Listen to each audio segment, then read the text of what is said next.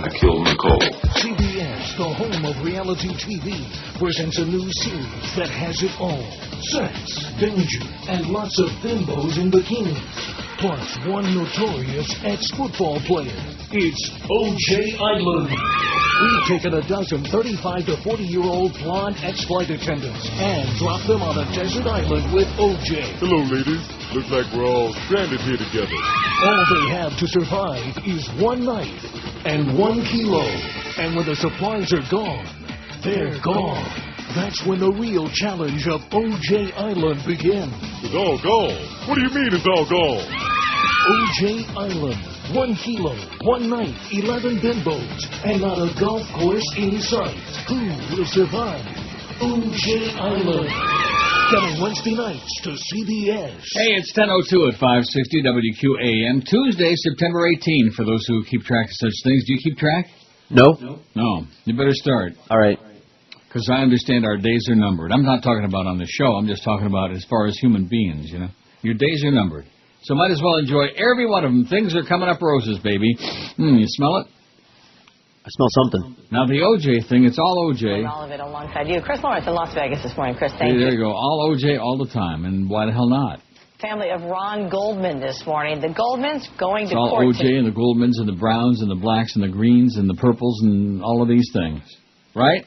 Right. Now, what would you rather hear about? O.J. or Britney Spears or Lindsay Lohan? Or Howard K. Smith and the other goofball? Anna Nicole, and what's the other guy's name? The guy that was diddling Howard K. Smith, kissing him on the lips and goosing him and stuff. Oh, Larry Birkhead. Yeah. Larry Birkhead, that's right. Don't be a jerkhead. It's Larry Birkhead. Anyway, O.J. is still in the slammer. He's, by the way, in isolation. That's the bad news. Are you aware of that? I am. He's not in there with the general population. He's all by himself, which is not a good thing, because if he was in there with the general population, some of them generals might be a little pissed off at some murdering bastard that killed his wife and some other guy. So here's our O.J. poll, and there's our good, close, personal friend, Susan Candiotti, with that tasered kid story. That's another horrible story. Surprisingly, yes, there is some reaction planned. In fact, at noontime today, some students who disagree with what happened are planning a protest to march over to the campus police department. What a fascist freaking country, man. Their disapproval. You know, even though this kid was ugly as hell, but nevertheless. Overdo it by tasering a University of Florida student who just wouldn't shut up. Andrew Meyer at a student forum with Senator John Kerry, peppering him with questions. Let's take a look. A lot of cameras rolling when this happened. Listen. Get the off me, man! I didn't do anything! Don't chase me, bro! Don't chase me! I didn't do anything! Ow! Ow! Ow! He keeps saying he didn't do anything, but not shutting up is doing something. Yeah, I'd do it again. Like I said, who cares? That's America, baby. You can't speak your mind. And, if he was refusing to shut up, why'd they just drag him out of there? What'd they have to taser him for, huh? For fun. There's 3 of them. They spent all that money on those tasers. He don't look like any big macho stud to me. He looks like some kind of a wuss to me. But at any rate, that's just America. We're going to show you a thing or two. At least it's better than Kent State when they were using bullets, which were very effective, yeah. Anyway, here's the poll today. This just fries my fat old ass. What's your take on O.J. Simpson? 935 votes already. Of course, we started 1:30 yesterday in the middle of the show to get that other horrible poll off of there. Sorry, Brandon, but it was pretty weak. And I'm actually using one of Charlie B's for tomorrow. One of the music polls. Good. But, a couple of those would have been okay. But, Charlie, every artist who was ever born, I mean, that's just a cop-out. And he didn't send anything else today, I bet, either, did he? I got no email from him, right? Am I correct? You are. Yeah. Because you're out of material, Charlie. Just take the whole Billboard book with every artist that was ever born. What's your favorite Mickey and Sylvia song? Other than Love is Strange. What's your favorite? What's your favorite song by Larry Williams? Short, Fat Fanny. I got all those here somewhere, don't I? Mm-hmm. What's your take on O.J. Simpson? 942 votes. We're going to have 1,000 before the cows come home. And Chris is mighty pleased about that. He loves getting that 1,000 votes. Oh, yeah. So what was the story with Clarence and your 18 hours you're going to be working Thursday covering the board on Mad Dog and on the Hurricane game and that stuff? Did you get that straightened out? Maybe. I'm not sure. I mean, I went and I was like, okay, so Thursday says I'm working 2 to 12. And then it says, what's his name? Grieper's working 2 to 12. It's like, so am I running the Mandate show, or would Grieper be able to run the Mandate show? So I have like an hour and a half where I'm not on the board. And he kind of looked at me for a couple seconds, and then he's like, okay, yeah, that sounds you were pretty asking good. him a tough question. Don't you understand? Where there's no sense, there's no feeling. And by the way, speaking of no fart sounds anymore. Yeah, we're back to that again. Because of clearance, allegedly, although I'm sure it's from by way of Joyce, fat-ass Jolly Joe. I'll guarantee there's plenty of fart sounds in Jolly Joe's life, mostly coming from his fat ass. But anyway, 945 votes. What's your take on O.J. Simpson? He's pure scum, 274. I hope he rots in jail, 263. I hope they kill him in jail, 241. Wow. I hate him like poison, 64. And then we get to these three categories here, which, I put them on there. I put these categories on, which you have to do it to be fair, I guess. Don't we want to be fair? No. He's misunderstood, 52. Well, what the hell does that mean? I know I put that on there because I created I don't know, maybe poll. his English ain't so good, so I He's can't understand him. misunderstood, 52. Well, speak it Inglés, OJ, you idiot. I'm a huge fan, 41. 4.3%, I'm a huge fan. And I'm a fan, 10. Not huge, but like ordinary size. So we got 51 people who are either like huge fans or fans, and another 52 say misunderstood. So that's like about 11%, 10 or 11%, who are sucking up and making excuses. These are the same people. These are the people listening to the sports shows on this station and listen across the street. Those are the people, the O.J. lickers. Oh, give me the ball, give me the ball. He was a great running back, O.J. Oh, and he was so good in those movies, in those tragedy movies, those disaster movies. If O.J. was in it, like I said yesterday, it was a disaster. Wasn't Towering Inferno one of them? I'm pretty sure. I don't know. Earthquake or I was like a little kid when I saw that. What? Towering 15 Inferno. years ago? Yeah. So we got 940. I bet you if I click 957, wow. I'm a huge fan, 41. We'd like to take a huge fan and stick your head in it. A ceiling fan. Or an electric fan. Just stick your head in it and see if we can't grind up some brains for you, you idiots. Anyway, we got a celebrity death. Let's forget about O.J. for a minute or two if we can. Can we do it? No. And I don't want to play a whole bunch of O.J. bits again like yesterday, especially that one which you didn't warn me about where Chicken X is an a-hole or something. Which one was that? Let's play all of them. Yeah, let's play them all, and then we'll figure out which one it was again. Don't take my art, my artsy. I don't know which one it's called. O.J.'s Mad? I don't know. O.J., Fox is not going to show your film if I did it. What did they say when they broke the news to you? Well, what are you doing? You can't do this. You've got some other projects here that you'd like our network to look at. All right, let's see. Look, man. O.J. Simpson, if I didn't do it. If I stole it. Yeah, they were talking about that last night. Real clever. If I stole it. If I doed it.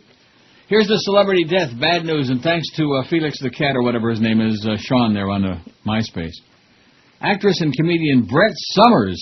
Oh, my God. Who amused game show fans with her quips on the match game in the 1970s, has died. Her son said she was 83. I don't think she was amusing with her quips. I think she was amusing because she was such a bitch. Uh-huh. Isn't that why we liked her? Sure. Hateful bitch. And they always used to make fun of her and rag on her and just rip her an ass, and especially Charles. You notice he died and then she died. How long ago did he die? Huh. Google it a little bit. Charles Nelson Riley. Chris, can you handle it? Google it. Will do. It was only the last, 2-3 months maybe? Goodbye, Charles. And now we got goodbye, Brett Summers. And I'm sure there are going to be a lot of tears from Chicken Neck. May 25th. When? May 25th. Wow, how long ago? Let's see, June, July, August, almost 4 months ago. And now she croaks. Brett Summers died Saturday at her home in Westport, Connecticut of stomach and colon cancer, Adam Klugman said yesterday. Hosted by Gene Rayburn, the match game was the top game show during much of the 70s. Contestants will try to match answers to nonsense questions with a panel of celebrities. Much of the humor came from the racy quips and put-downs. Shows from the 1973 to 79 run, featuring regulars like Summers, Richard Dawson, and Charles Nelson Riley, are still seen on cable TV's Game Show Network. GSN, formerly Game Show Network, excuse me. Do you watch GSN? No. I would watch it if I could find it on my cable. Every now and then I accidentally trip across it. On this Saturday, GSN will hold a tribute show showcasing many of Brett Summers' funniest appearances on the show. How do you like that? Summers married actor Jack Klugman, who was later to be star of the television shows Quincy and The Odd Couple in '53. The two separated in 1974 but never divorced. I bet you didn't know that, did you? And No. I bet you didn't care. No, you're right. They made many TV appearances as a couple. Summers appeared on several episodes of The Odd Couple, playing the ex-wife of Klugman's character. In summer 2003, she appeared in a one-woman cabaret show, An Evening with Brett Summers, in which she wrote and co-produced. Tony Randall's dead, too, by the way. That's sad. I like Tony Randall. He was a good guy. An Evening with Brett Summers, which she wrote and co-produced. She continued to perform even after being diagnosed with cancer. She was born Audrey Johnston in New Brunswick, Canada, and grew up in Portland, Maine. She ran away from home at the age of 17, headed for New York City. She changed her first name to Brett after the lead female character in an Ernest Hemingway novel, The Sun Also Rises, Audrey Johnston. Summers was her mother's maiden name. Her son said she was caustic, irreverent, and self-declared bohemian. She maintained her independence till the end, and her irreverence, Adam Klugman said, she died very much at peace. In addition to Adam Klugman, Summers is survived by another son, David, and a daughter, Leslie. Well, how do you like that? Brett Summers is dead. Rest in peace. And Charles Nelson Riley is dead. And Tony Randall is dead. And Gene Rayburn is dead, for Christ's sakes. Good. All the dead celebrity panel of people and hosts on the game shows. Let's turn on Game Show Network. Maybe during the break I can diddle around and find it. And the Game Show Network, too. 971 on there. We're getting perilously close to 1,000 already. How do you like that? We could have left that poll from yesterday on from now until the cows come home and still wouldn't have made 1,000. About the old farts? Don't take it personal, Brandon, unless you want to. That was a horrible poll. Now, what about the one about the burger joints? Do we want to do that again, or? No. If you really need to kill a poll, you know. Yeah, well, I'll keep it in my pile just in case we have a desperate day. Just like all these, what's your favorite song by the 1910 Fruit Gum Company? Yummy, yummy, yummy. Remember that? I got love in my tummy. I got something in my tummy. What? Love? Ajita. Oh, God! Blank, Gene Rayburn is blank. That's too bad Gene Rayburn is blank. What a shame Gene Rayburn is blank. Now who's gonna fill in the blank now that Gene Rayburn is blank? No one else can do the match game. Regis Philbin's not quite the same. TV game shows won't be the same now that Gene Rayburn is blank. Those B-list stars are forever gone, like Elaine Joyce and Joyce Rulefon, Scobie Mitchell and David Doyle's done, and no more Penny Platt. Richard Dawson's a fat drunken bum, and Brett Summers divorced Jack LeBun. We'll never know why Dora was dumb now that Gene Rayburn is blank. There won't be a reunion next fall. Charles Nelson Riley and Mitzi McCall won't be playing that game at all now that Gene Rayburn is blank. When white lapels were really hot, Gene tied a mean Windsor knot. He's the last guy to wear garter socks, and now Gene Rayburn's blank. Until the 80s when ratings had tanked, for match game we had Gene to thank. But now we can't, cause Gene is now blank. Gene Rayburn is blank. In his coffin he wears a blank. On the tombstone here lies a blank. And on his will it says I leave blank. Everyone else can go to blank. Gene Rayburn is blank. Gene Rayburn is blank. I'm dying over here. 10:18 at 560 WQAM. Here's the schedule for today. Everybody write it down now on your armpit. Jim Mandich, 2 to 4. Then the Power Hour with Humper and the Mad Dog, 4 to 5. Humper all by himself, 5 to 7. 2 hours today. A tough assignment. Marlins on deck at 7:05 pregame. Then the Marlins at Atlanta. How'd the Marlins do last night, Chris? Yeah, they lost. Oh, no. Well, they tried again in Atlanta tonight against the Bravos, and then the game night with Eddie Kay after the baseball game. Let's see. Here's a fax that says, add to the poll, having trouble handling fame. Your current list covers the extremes, good or evil. Most of us are in the middle, including O.J., Britney Spears, Lindsay Lohan, Paris Hilton, David Hasselhoff, etc. Well, what does that mean? Most of us are in the middle? No, not most of us. Most of us aren't in the middle. Yeah, most of us are not in the middle about people most like that. Most of us hate filth and scum. Right. Most of us you either love these people, which is sad, or you hate them like poison, which most reasonable people would do.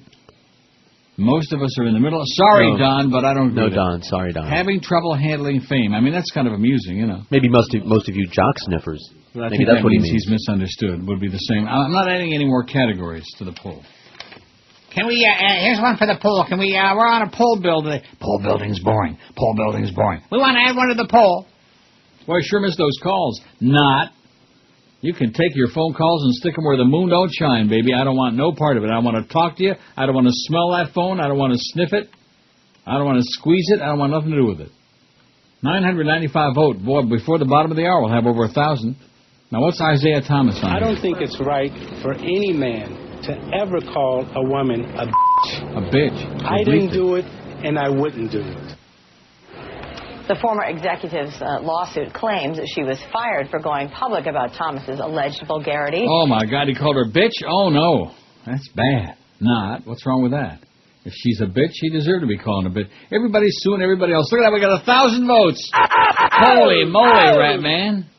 And it's only 20 past 10. How do you like that? So I think the lesson to be learned here is start the poll like at 1:30 while the show is still on for the next day, and do it about O.J. About O.J. What do you say, O.J.? And, of course, tomorrow's the big, what do you call it, the hearing? Yeah. The arraignment or whatever it is? The arraignment, that's it. That's what I was looking for, Rain Man. Definitely. 1,000 votes on here. What's your take on O.J.? He's pure scum, 296. He's like Ivory Soap. He's pure, only a little darker. I hope he's rots in jail, 273. I hope they kill him in jail, 255. And then after that, I hate him like poison, 68, which, you know, it just isn't strong enough a sentiment like the other three, 68. He's misunderstood, 56. Right. I'm a huge fan, 42, and I'm a fan, 10 out of 1,000. I'm a huge fan. Anybody could be a huge fan of a slime bucket like that. You need serious, serious help. Okay, that would be like saying, you know that Ted Bundy? I'm a big fan of his. He was quite a guy, you know, Ted Bundy. Am I right? Yep, anybody, you name him. Casey, what a guy he was. You know, Jeffrey Dahmer, one of my favorites. And that David Berkowitz, wow. Could he put away a meal or two or right. what? David snappy dresser, too, while you're at it. Yeah. Like me. Although this week I'm being dragged to get some clothes. This week. Some because you're too schlumpy for somebody? Oh, well, I mean, just for myself. I mean, I brought it up, and so I'm going to get schlepped around. I mean, why do I have to keep buying for other people all the time? How about buying some nice threads for myself, you know, so I can clean up that wardrobe and get that one guy off my ass? Wait till you hear this. Can't wait. A Nebraska lawmaker is taking his complaints about frivolous lawsuits all the way to the top. Nebraska State Senator Ernie Chambers is suing God. All right. It's a lawsuit against a defendant who's perpetrated much harm and damage on the human race, Chambers said on CNN. Chambers said his frivolous lawsuit against the Lord was meant to protest a suit filed against a Nebraska judge who banned the words rape and victim from a woman's rape trial. Some Nebraska lawmakers are trying to pass legislation preventing frivolous lawsuits, but Chambers says anyone should be able to file a lawsuit against anybody else. The Constitution requires that the courthouse doors be open, so you cannot prohibit the filing of suits, Chambers tells a local Fox affiliate. Anyone can sue anyone they choose, even God. In his suit, Chambers seeks an injunction against God, ordering the deity to stop natural disasters and terror threats. Fox News notes that Chambers is not a Christian. Ernie Chambers. I wonder what he is. He's a dark guy, I'll tell you that. With a beard. Looks like a homeless guy. Apparently, this Omaha senator, he also skips morning prayers during the legislative session and often criticizes Christians, a Fox host notes. Good, I like him. So apparently this guy's not a man of faith, which is fine, but it's a little unusual that he's suing God. I don't think he's going to get a response. The lawsuit notes that Chambers tried several times to contact the defendant. Plaintiff, despite reasonable efforts to effectuate personal service upon defendant, come out wherever you are, has been unable to do so, the suit says. Hey, God, come out wherever you are, for Christ's sake. Hail God! Well, he's got a good sense of humor. He's got a good point. Oh, and look at this. Michael McCasey, here's what it says on top of this fax. I noticed that even though Footy already announced he'll be taking over the 9 to 12 slot on WIOD, he's taking a poll on his website whether he should come back full-time. Oh, how can we compete with Footy? On his own website, a full two-thirds have voted that he should stay retired and not come back. Everybody hates him like poison. On his own website. Maybe you should get your audience to freep his poll, footystreet.com. No, we don't want to do that. We don't want a whole bunch of people saying, retire, unless they want to. At least you'll have good use for that drop-in about the worst talk radio being on WIOD. How do you like that? Is that incredible or what? Footy is coming back. Oh, boy. All these people are retired and they just... the worst talk radio I've ever heard in my life was on WIOD.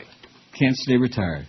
President Bush nominated an Orthodox Jew to be U.S. Attorney General. How do you like that? Oh, my God. Michael McCasey, retired federal judge from New York, is a conservative who's criticized Bush administration policies that have kept detainees from consulting with lawyers.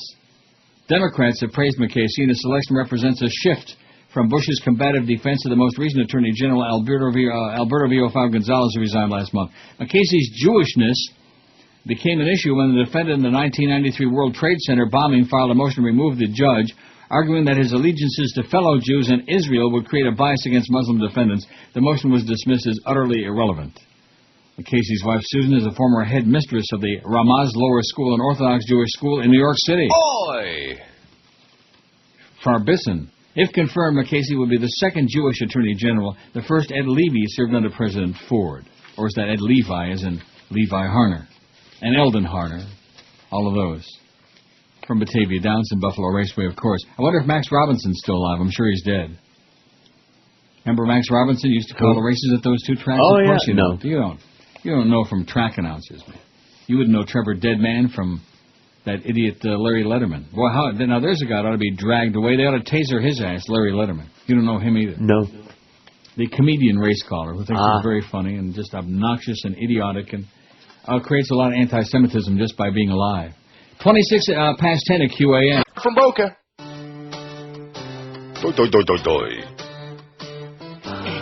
It's been brought to my attention that your ratings are dying now. Yes.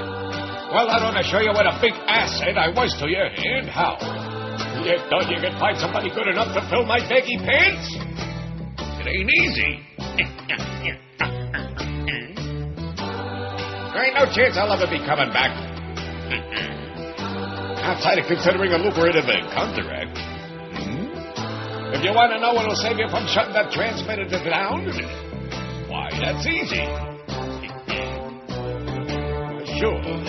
All you need is more. All you need is more. All you need is a show. A old time slot only got you today. Despite that, my ratings have bottomed out in the tank. Which radio has a revolving door for the gayest of all whores and squeaky? All you need is more. Now see here. All you need is more. All you need is a show. Over here, you little muckhead. You fight away something. Yes? Jack told me to give you this. What? See? What are you going to do, fire me, huh? Like old times. Wow, take a look at this, man. Now, what is this website that I stumbled across? I Googled Footy show WIOD, and this is, I don't know what site this is. But it's got a poll. How does the Footy show compare to Footy's previous daily shows? You know how many votes it's got on the poll? 100? 4. Oh. One of the votes says, give him time. One says, haven't heard the new show yet. And 2 say, WIOD, who listens to AM anyway. Oh, the other choice is better than ever. We need Kenny. When I say Kunny, we need Kenny. Who's Footy? Not enough music. Not as good as his daily show. I don't get up before noon on Saturday. Oh, this is that Saturday show. And don't know. Nobody knows from what it's all about. But, of course, that was his Saturday show, I guess. Footy. Now we got some real stiff competition coming up now. And what about Jim DeFeces? Oh, that's right. He's going to be on 850. 1 pound for every kilocycle. 850. The 850-pound monster of the radio airwaves, Jim DeFeces. So we got some real stiff, like I said, competition coming. University of Florida student, I'm sure you've all seen this by now if you've been awake more than 5 minutes. University of Florida student was tasered and arrested after trying to ask U.S. Senator John Kerry about the 2004 election and other subjects during a campus forum in Gainesville at UF, baby, or is it FU? That's what they told him, FU, sweetheart. Ow! Ow! Ow! That was good. Let's hear that again. We've got to get that. I love it.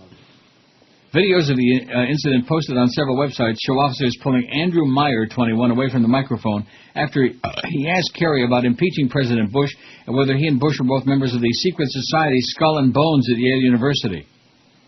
He apparently asked several questions. He went on for quite a while, then he was asked to stop. University spokesman Steve Orlando said he had used his allotted time, his microphone was cut off, and then he became upset. As two officers take Meyer by the arms, Kerry of Massachusetts heard to say, "That's all right, let me answer his question." Audience members applaud, and Meyer struggles to escape for several seconds as up to 4 officers try to remove him from the room. Even Scary Kerry said, "Leave him alone, let me answer the question. You fascist, you Nazi bastards, you pigs." Meyer screams for help and asks, "What did I do?" as he tries to break away from officers. He is forced to the ground. Officers order him to stop resisting. Meyer says he'll walk out if the officers let him go. As Kerry tells the audience he'll answer the student's very important question, Meyer struggles on the ground and yells at the officers to release him, crying out, "Don't tase me, bro," just before he is tasered. He's then led from the room screaming, "What did I do?" It doesn't mention here about how he's going, "Ow, ow, ow." Meyer was charged with resisting an officer and disturbing the peace, according to Alachua County jail records. No bond has been set. He's scheduled to appear in court later this morning. It isn't known if Meyer had an attorney, but I'm sure that some ambulance chaser will be there in no time at all, wouldn't you think? I imagine. Orlando said University police would conduct an internal investigation. The police department does have a standard procedure for when they use force, including when they use a taser, Orlando said. That's what the internal investigation would address, whether the proper procedures were followed, whether the officers acted appropriately, which obviously they did not. I mean, there's 3 of them and 1 of him, and he was like kind of a skinny, punk. Now, why the hell didn't they drag him out of there, kicking and screaming, and just instead of with a taser? Don't tase me, bro. Don't tase me, bro. They spent all that money on those tasers. Don't tease me, bro. Want to use there's Swillery yesterday. Look at that. She's looking... I don't believe you can sit at a table with drug companies, insurance companies, and their lobbyists and negotiate an insurance plan for America. What a yahoo he is, that John Edwards. Senator Clinton, you are the biggest recipient among all the candidates of health care dollars. What do you say to people who say this is a giveaway to that part of the industry that's supporting your campaign? Well, all of the critique of that, I suppose, is politics as usual, because the plan, of course, does have both an individual mandate and insurance reform, and I think you have to have both. I'm asking for shared responsibility. Individuals have to do our part. Like I said, she has one qualification to run for president. That is, her name is Clinton. She's married to Bubba. That's her qualification. Period. That's it. Oh, but she's a senator from New York. Well, good for her. Let me say it again. Okay, how are we doing on that poll, Chris? Boy, the sky's the limit today. I'm saying 5,000. Okay. We got 1,040 votes already, 1040, which I still think is KXEL, Waterloo, Iowa. You want to Google that, KXEL, and see what it comes up? Is that correct, 1040? Wouldn't that be something, if I can remember that? Boy, it's almost like remembering your name when you get to be old. Let's do that poll about old people. 1540 KXEL, Waterloo. Waterloo, Iowa. Isn't that what I just said? Is that what I just said, Chris? Are you paying any attention? Yeah, but what do you know about AM radio, huh? It's 15. The Footy pool. Now, what was that other site? Do you still have that thing that you faxed to me? Because I probably Schmidt-canned it. About Footy? It's in there, yeah. It's in there where? In the fax machine. What do you... Well, grab it, please. Oh, jeez. Come on, do a little something. It's in the garbage. Oh, come on. Drag it out of the garbage. Here's another one. When in doubt, drag it out. I want that site again so we can freep it, footysucks.com. Oh, jeez, where to go? I don't have it. Yeah, what do you mean you don't have it? What kind of a lame-ass horseball deal is that? I don't Okay, here we go. Yeah. Sorry. And what does it say? Footysucks.com? Footystreet.com. Footystreet.com. What the hell does that mean? Well, he's got to know his own street. Does he really? Well, you know what I'm thinking? I'm wondering where he is right now as we speak. And he is on Clear Street right now. Yeah. Oh, I thought it was Footy Street. 1044 on that poll. Okay, so footystreet.com. Let me type that in, okay? Whistle a tune or something. Here, I got a tune. Oh, I better hurry up. They want us to find a way. Huh? Yeah, well, there it is. I got it. Get out of that. The Footy Show. It's all about us, South Florida. I told you that. As soon as he went on the weekend, he thought he was going to be. He's going to knock off that Neil Rogers. He's going to show all those students what real radio is all about. He's going to do a real show. Attaboy, Footy, you do it. Now let's see. Should Footy stay retired? Here's his weekly online poll. Should Footy stay retired or come back to the airwaves full time? He's got 2 choices. Come back, South Florida wants you back full-time, or stay retired, but keep up the Saturday thing. Well, how's that? How about stay retired and get off the year period? And stay retired but keep up Saturdays, got 62 3/4% of the vote. Of course, it doesn't show how many votes. You know what I mean? It's probably like 15 votes. Right. Who are you kidding, Footy? 62.75% on his own poll say stay retired. Stay on Saturday if you want. If it gooses up your ego a little bit, but retire, Footy, on his own poll. And it wouldn't surprise me if our people start freaking out like crazy and it goes up to like 99%. 62.99%. See, it's going up. Retire, Footy. Unless, of course, you like Footy and you want him to be on there and like kick our ass, 9 to noon. Wow. Poor Joe Rose. He just came back and he's going to be, how can he combat with the Footy? With or without Jason Jerkball, whatever that guy's name is. Who's on vacation. He just started. That's a hell of a sweet deal. All these people that are always on vacation, which, by the way, I think I'm going to do mine about, I don't know, October 3rd, 10th, something like in there. What do you think? We'll discuss it before the show tomorrow, Drew. All right. We'll see what's convenient for you. Now, when's a fat ass there going on vacation? When did you tell me? 7 to 14. Wow. Well, what do I care? Now, who's going to be in there? I guess it'll be George and Josh Cordes. Be sure to tell Josh Cordes no fart sounds, according to Clarence, by the way, according to the other Josh. Yeah. Get an email last night from Clarence. The audience probably thinks this is a joke. 7:15 at night, my BlackBerry buzzes. I look at it. Josh Darrow, our program director, a.k.a. Clarence Darrow, he says, I'm the butt plug on the fart sound. Do me a favor, no more fart sounds, thanks. Up yours, Clarence. Well, guess what, Clarence? How do you like that? Well, I put in my request, but he hasn't even seen the paper. He hasn't acknowledged it yet. It's still sitting in his box. That's because you're involved with this show. Don't you understand yet? Haven't you got the message yet? That's why you got to work 40 hours on the board without a meal, without taking a breath, because you got to be punished because you're associated with this show. That's the way it is in the sports fraternity known as Clarence's world. God. Goodbye, Charles Nelson Riley. We rested your head on your favorite pillow that you used to bite to help enjoy your underground view. Woo! You'll need a pair of concrete shoes. Oh, maybe ladder a rope to keep you from floating. Dumbledore was so dumb that when she paid a visit to your grave, instead of flowers she placed it to hay. That purple one you're so fond of. You were digging your day when you couldn't say that you were screamingly gay. But that's okay, since everybody knew anyway. And Fanny Flagg outlived you, but the blank. Dom DeLuise, Brett Summers, and her husband Jack would like to say. Well, I'll tell you how the mighty have fallen. Once upon a time when we had an audience, if I gave a website like that and said, hey, let's freak this and have some fun with it, he would have had 80,000 votes on there saying, retire, or whatever this says. You know what? Instead, it went the other way with a couple of votes, and that's it. Just frozen there. Now, maybe you didn't make it clear enough, George. Let's blame George for it, Chris. Yeah, I'll always do that. Go ahead. FootyStreet.com. I mean, how complicated can that be? I don't know. FootyStreet.com? Maybe you didn't make it queer enough. Yeah. Weekly online poll. Should Footy, and maybe they like Footy, or maybe most of our audience don't even have any idea who that is, since most of the audience don't listen to Y100. You think that's possible? 63.46% say stay retired, and 6.5% say come back. South Florida wants you back full-time, Footy. We want you back. Michael Jackson, I want you back, is singing about it. What do you think? FootyStreet.com. I mean, once upon a time, like I said. But the audience is minimal, and it's lethargic, and it's South Florida for you, Well, now it's up to the full 63.69%. There must be a few votes on there. You think? No. And he's also got one of those 2-for-1 restaurant deals, too. Footy's Finds. Isn't that exciting? I guess everybody's doing that, but nobody's doing it like we are, man. We sell it out in about 4 seconds? So we'll see if anything happens there on that website, if we have any power to motivate the audience. And if not, we'll just, I'll just take it as a slap in the face, like that.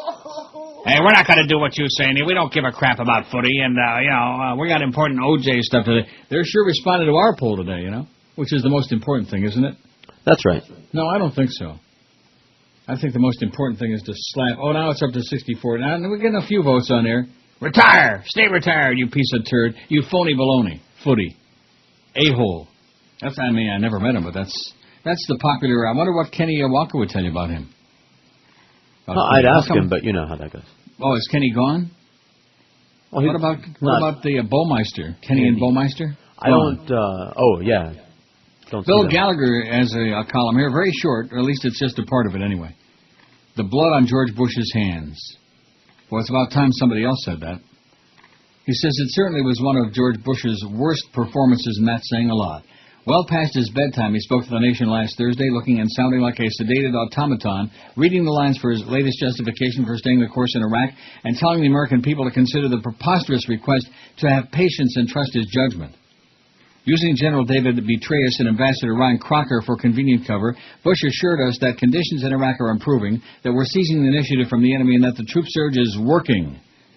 The purpose of the surge was to provide breathing time to nurture political stability and national reconciliation in Iraq. It is a self-evident absurdity to suggest that's happening or that the continued presence of U.S. troops will transform and pacify the society the invasion and occupation so thoroughly shattered.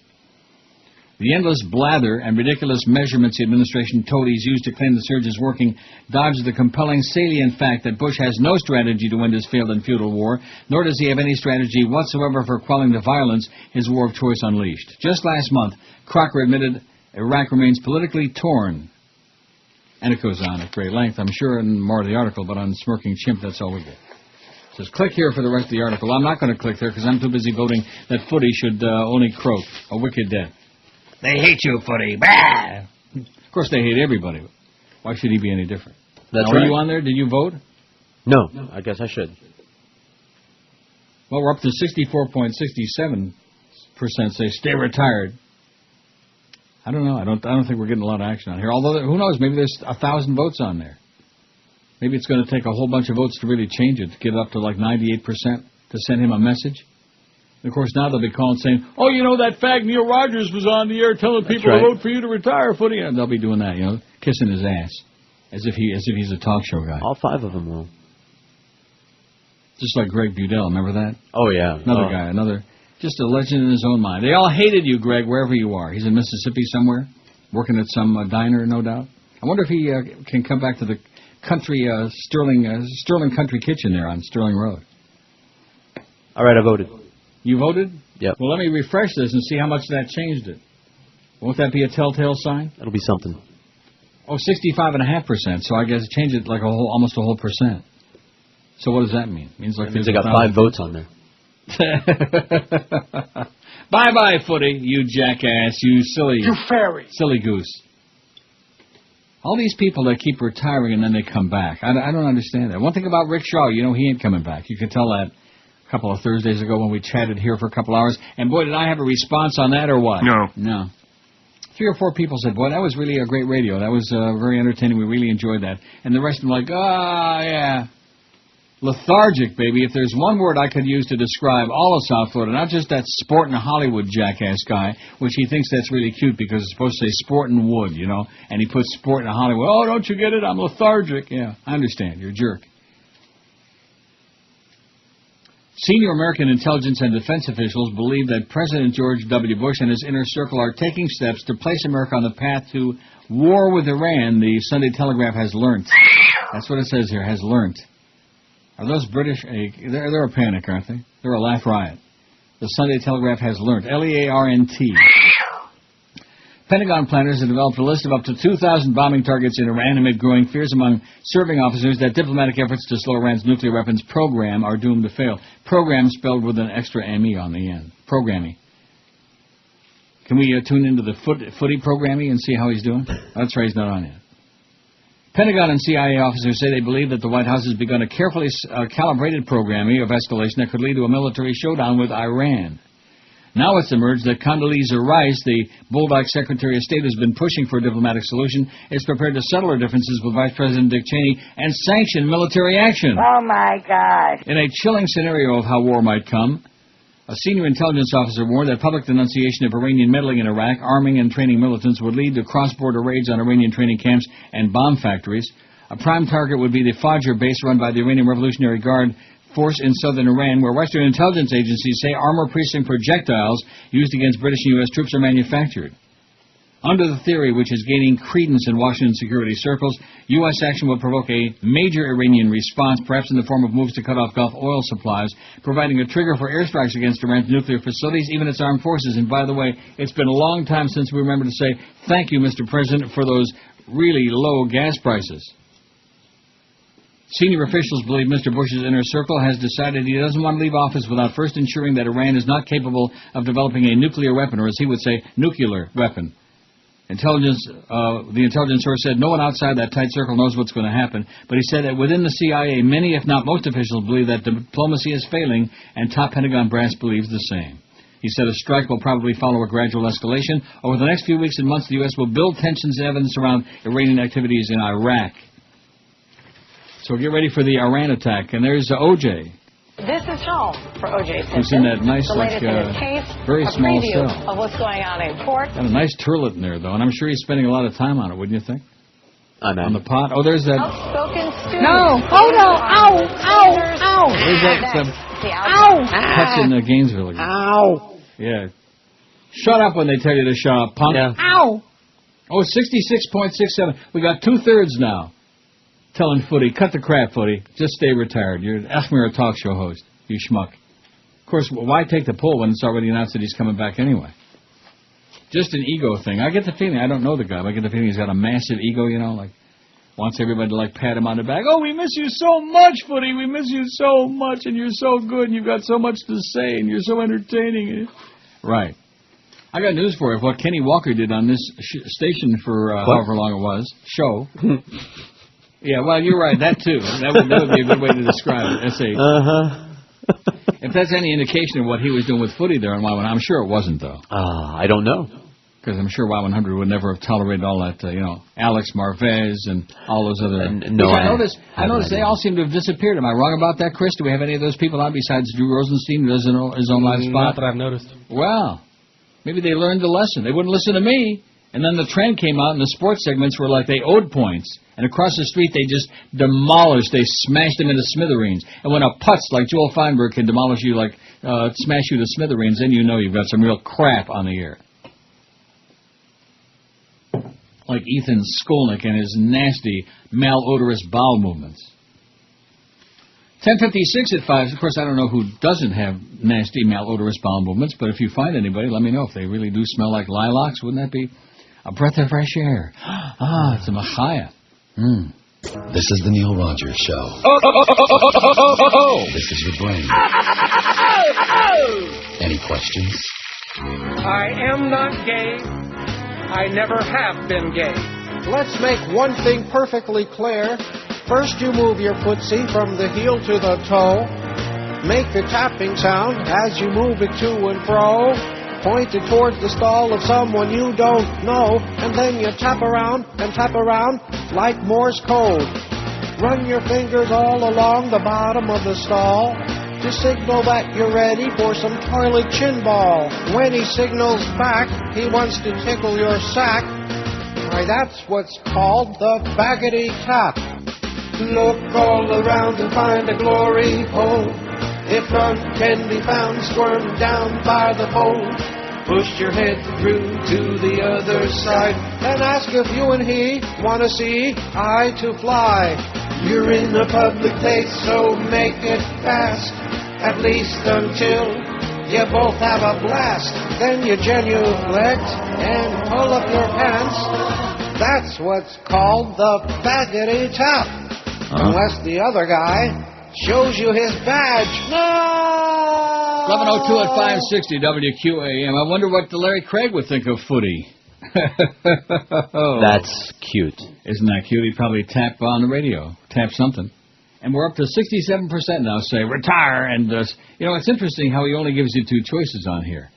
Unlike us, he don't do like any self-deprecating crap, which he really ought to be doing. Like, just stay off, get off the air and stay off. You suck. Like that, which we would certainly do that. But he won't do that because he's got this massive ego. And obviously the purpose of the whole thing is to give his loyal people a chance to beg him, oh, please, please, please. But who does things like that? What? Who does things like that? People with big fat egos. I see. And very little talent. 67% say stay retired and just stick with the Saturday thing. And 32.96% say, come back, South Florida wants you back full-time. Footy, oh, God, how can we live without you? A former Christian school teacher from suburban Detroit has been arraigned on charges of having sex with a 15-year-old former student. Canton Township, Michigan. I don't know where that is. Oh, suburban Detroit. Never heard of it. 31-year-old Stephanie Ann Stein of Canton Township faces a number of charges, including third-degree criminal sexual conduct. That's a 15-year felony. Police say a relationship came to light during the summer when the boy's mother came home several times and found Stein at her house. And best part of the whole deal is Stein is a married mother of two.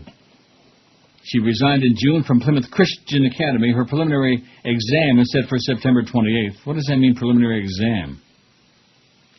Hearing, I'm assuming what it says, exam. Stupid.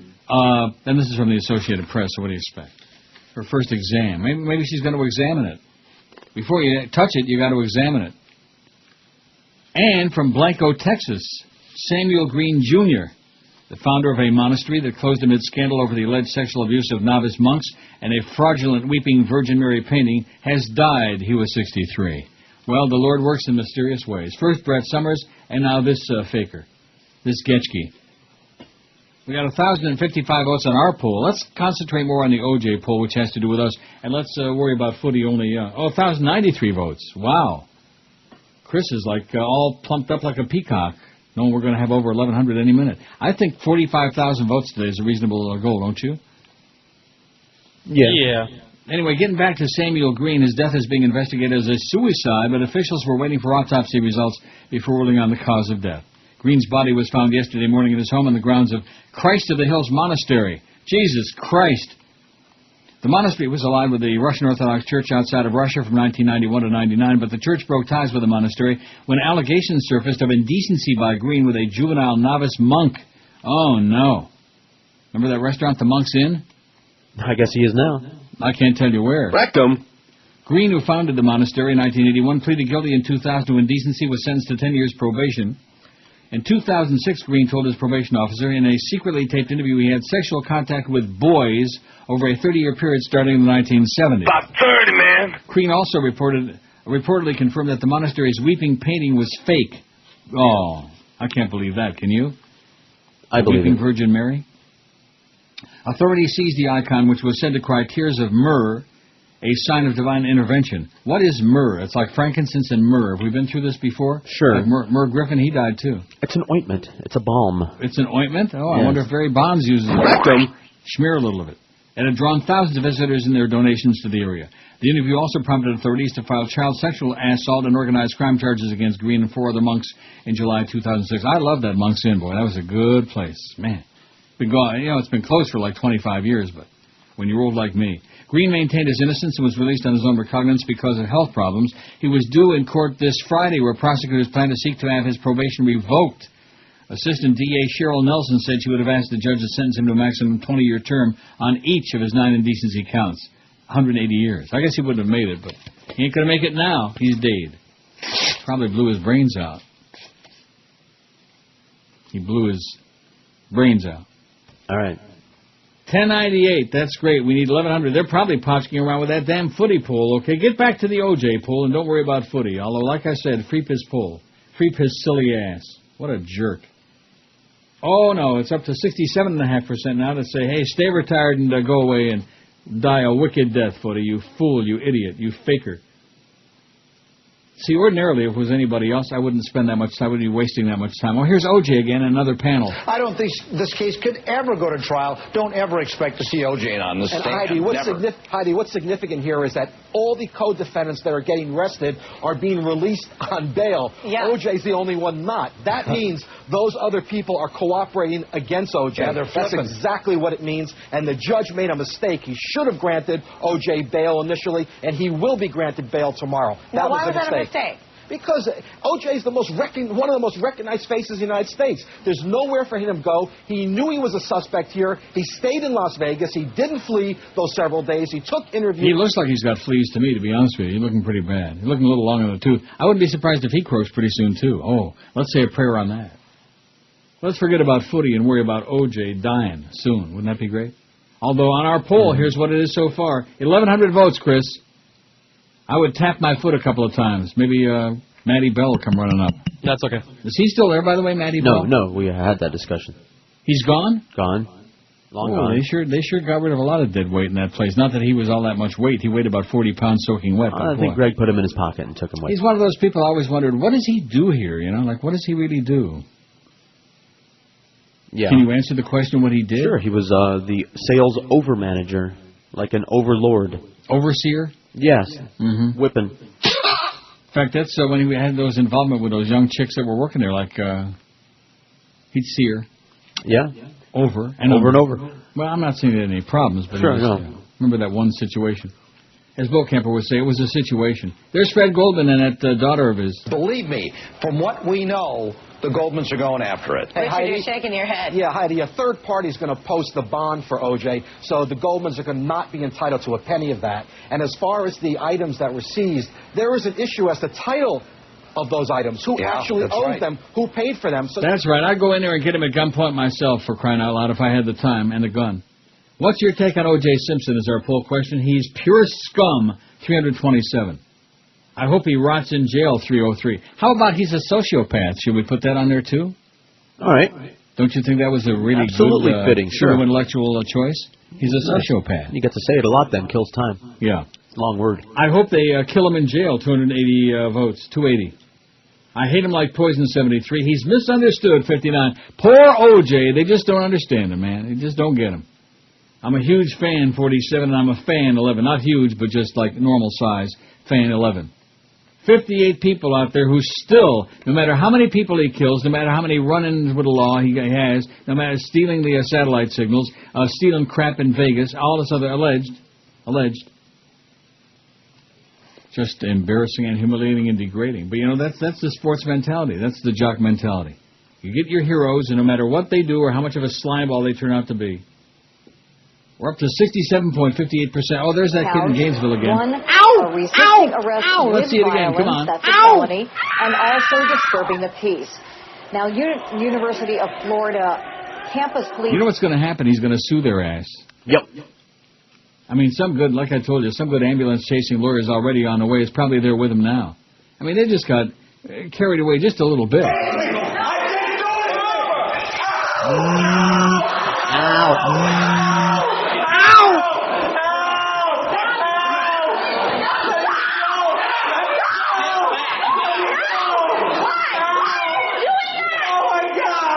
Oh, my God. How do you like that? We need tranquilizer darts like they shoot the rhinos with or something.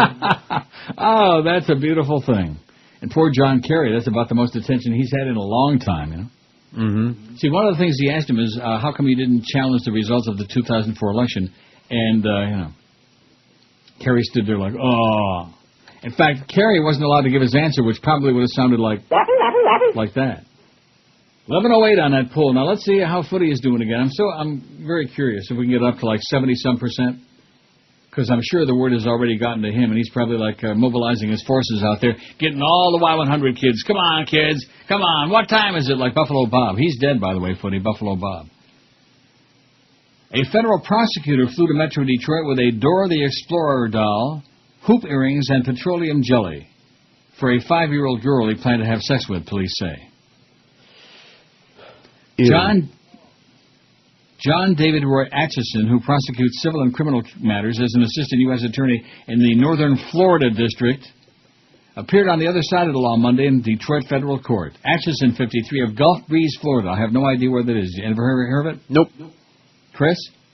Not at all. Google it. Gulf Breeze, Florida. Atchison was charged with enticement of a minor using the Internet, knowingly traveling interstate to engage in illicit sex with a 5-year-old girl.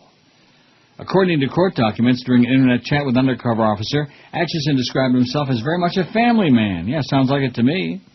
He initiated the online chat August 29th with the officer posing as a mother interested in letting men have sex with their children. During continuous conversations, he expressed a desire to engage in oral, vaginal, and anal sex with her fictitious daughter. Money was not part of the discussion. In the chats, he also suggested he previously had sex with minors. With eyes cast downward and fiddling with papers, Atchison asked for a court-appointed attorney yesterday until he gets his own. He was ordered to remain in custody pending a detention hearing at 1 o'clock today. He faces up to 60 years in prison if convicted of the crimes. Atchison, who is married and has children, boarded a Continental flight that left Pensacola at 9:10 Sunday morning with a layover in Houston. He then changed planes, leaving Texas for Detroit Metro Airport, and arriving at 4:52 p.m. where he was taken into custody without incident about 8 minutes later. They didn't even have to taser his ass. Atchison's arrest was part of an undercover sexting on behalf of the FBI Macomb office and Macomb County Sheriff's Office, collaborating in the Macomb Area Computer Enforcement Team, also known as MACE, M-A-C-E. Wow. Not tasered, but close. He was maced. Nothing surprises us anymore, Sheriff Mark Hackles said Monday. I wonder if it raised his hackles. I'll bet it did. Besides working for the government in the Pensacola orifice, Atchison also serves as president of the Gulf Breeze Sports Association, which includes youth athletics such as soccer and t-ball and shin ball.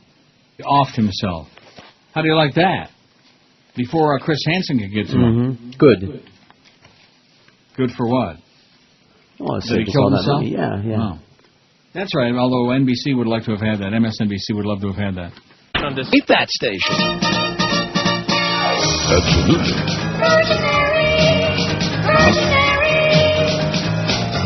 Now the Pope depends on you and the powers you possess.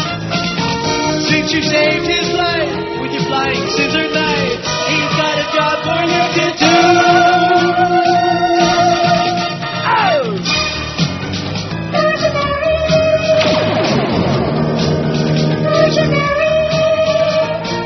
You have a brand new style too.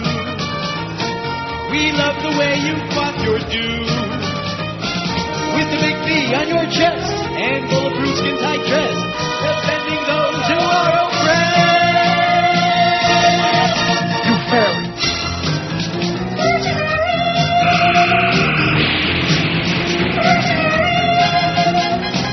Moves with the speed of a gazelle, sends the bad guy straight to hell. When a building starts to glow with your image, then we know you're crushing crime with one mighty blow. Oh!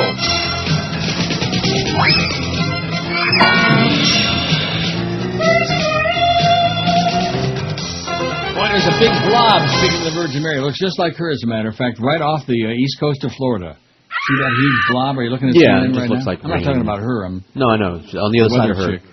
Right there. Oh, man. Big blob. Going to rain, going to be wind, going to be nasty. Here the sun is shining. It's beautiful. Going to be sunny and 73 today.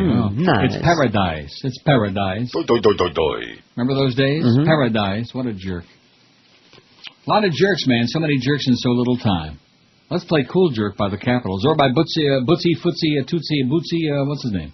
What's his name? Bootsy James? Bootsy Collins? Bootsy Collins, that's who it is. I'm not really all that familiar with him. Am I supposed to know who he is? Of course, I wasn't familiar at all with Ben Harper either. From Parliament, I believe. Grand Funk, but he's been in a lot of other bands too. Bootsy? Yes. Not to be confused with Footsie. Or Tootsie. Hey, Footsie, you got like almost 68% say, retire! And take the Saturday show and shove it. Anyway, here's Greg Palast, who's one of our very favorites. Bush's fake chic whack, the surge in the Al-Qaeda bunny. From Buzzflash. Now, hold on, is this really long? I don't want to, get into a real long song and dance, because then I'll be accused of reading stuff on the air. I would never do that. Right. And I just had a brainstorm during the break, which for me is very unusual at my advanced stage. I had a brainstorm. Guess what I'm thinking? Now that Footy is coming on 9 to noon, because there is no local talk, Right.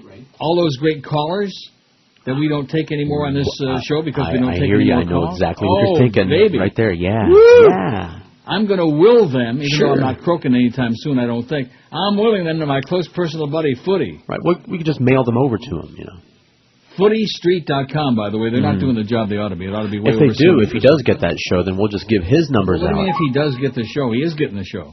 Well, then we'll give his, instead of giving our own numbers out, we'll give his numbers out. Right, that's right, for the first few weeks, so that all of the the great callers will have somewhere to call, where they actually would answer the phone.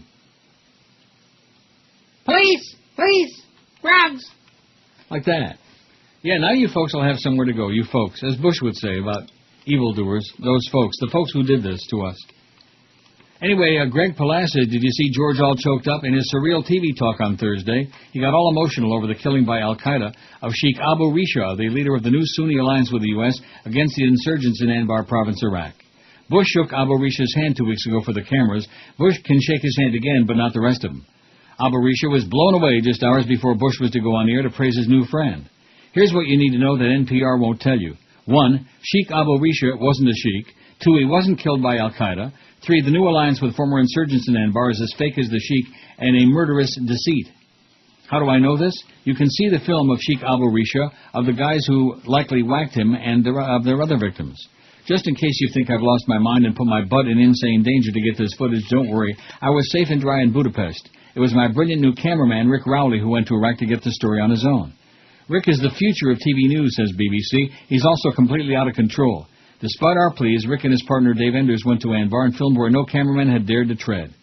Why was Sheikh Abu Risha so important? As the New York Times put it this morning, Abu Risha had become a charismatic symbol of the security gains in Sunni areas that had become a cornerstone of America's plans to keep large number of troops in Iraq through much of next year. In other words, Abu Risha was the PR hook used to sell the success of the surge. The sheikh wasn't a sheikh, he was a fake. While proclaiming to Rick that he was leader of all the Iraqi tribes, Abu led no one.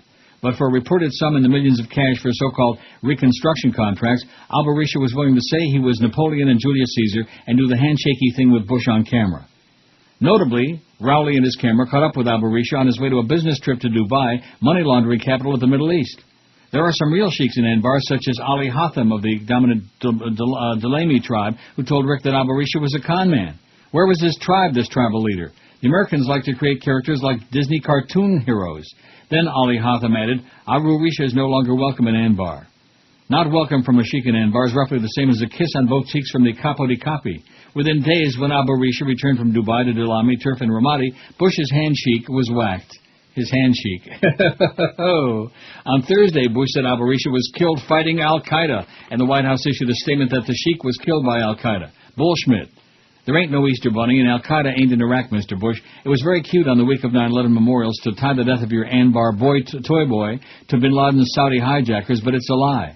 Yes, there's a group of berserkers who call themselves al-Qaeda in Mesopotamia, but they have as much to do with the real al-Qaeda of bin Laden as Rolling Stones tribute band has to do with Mick Jagger.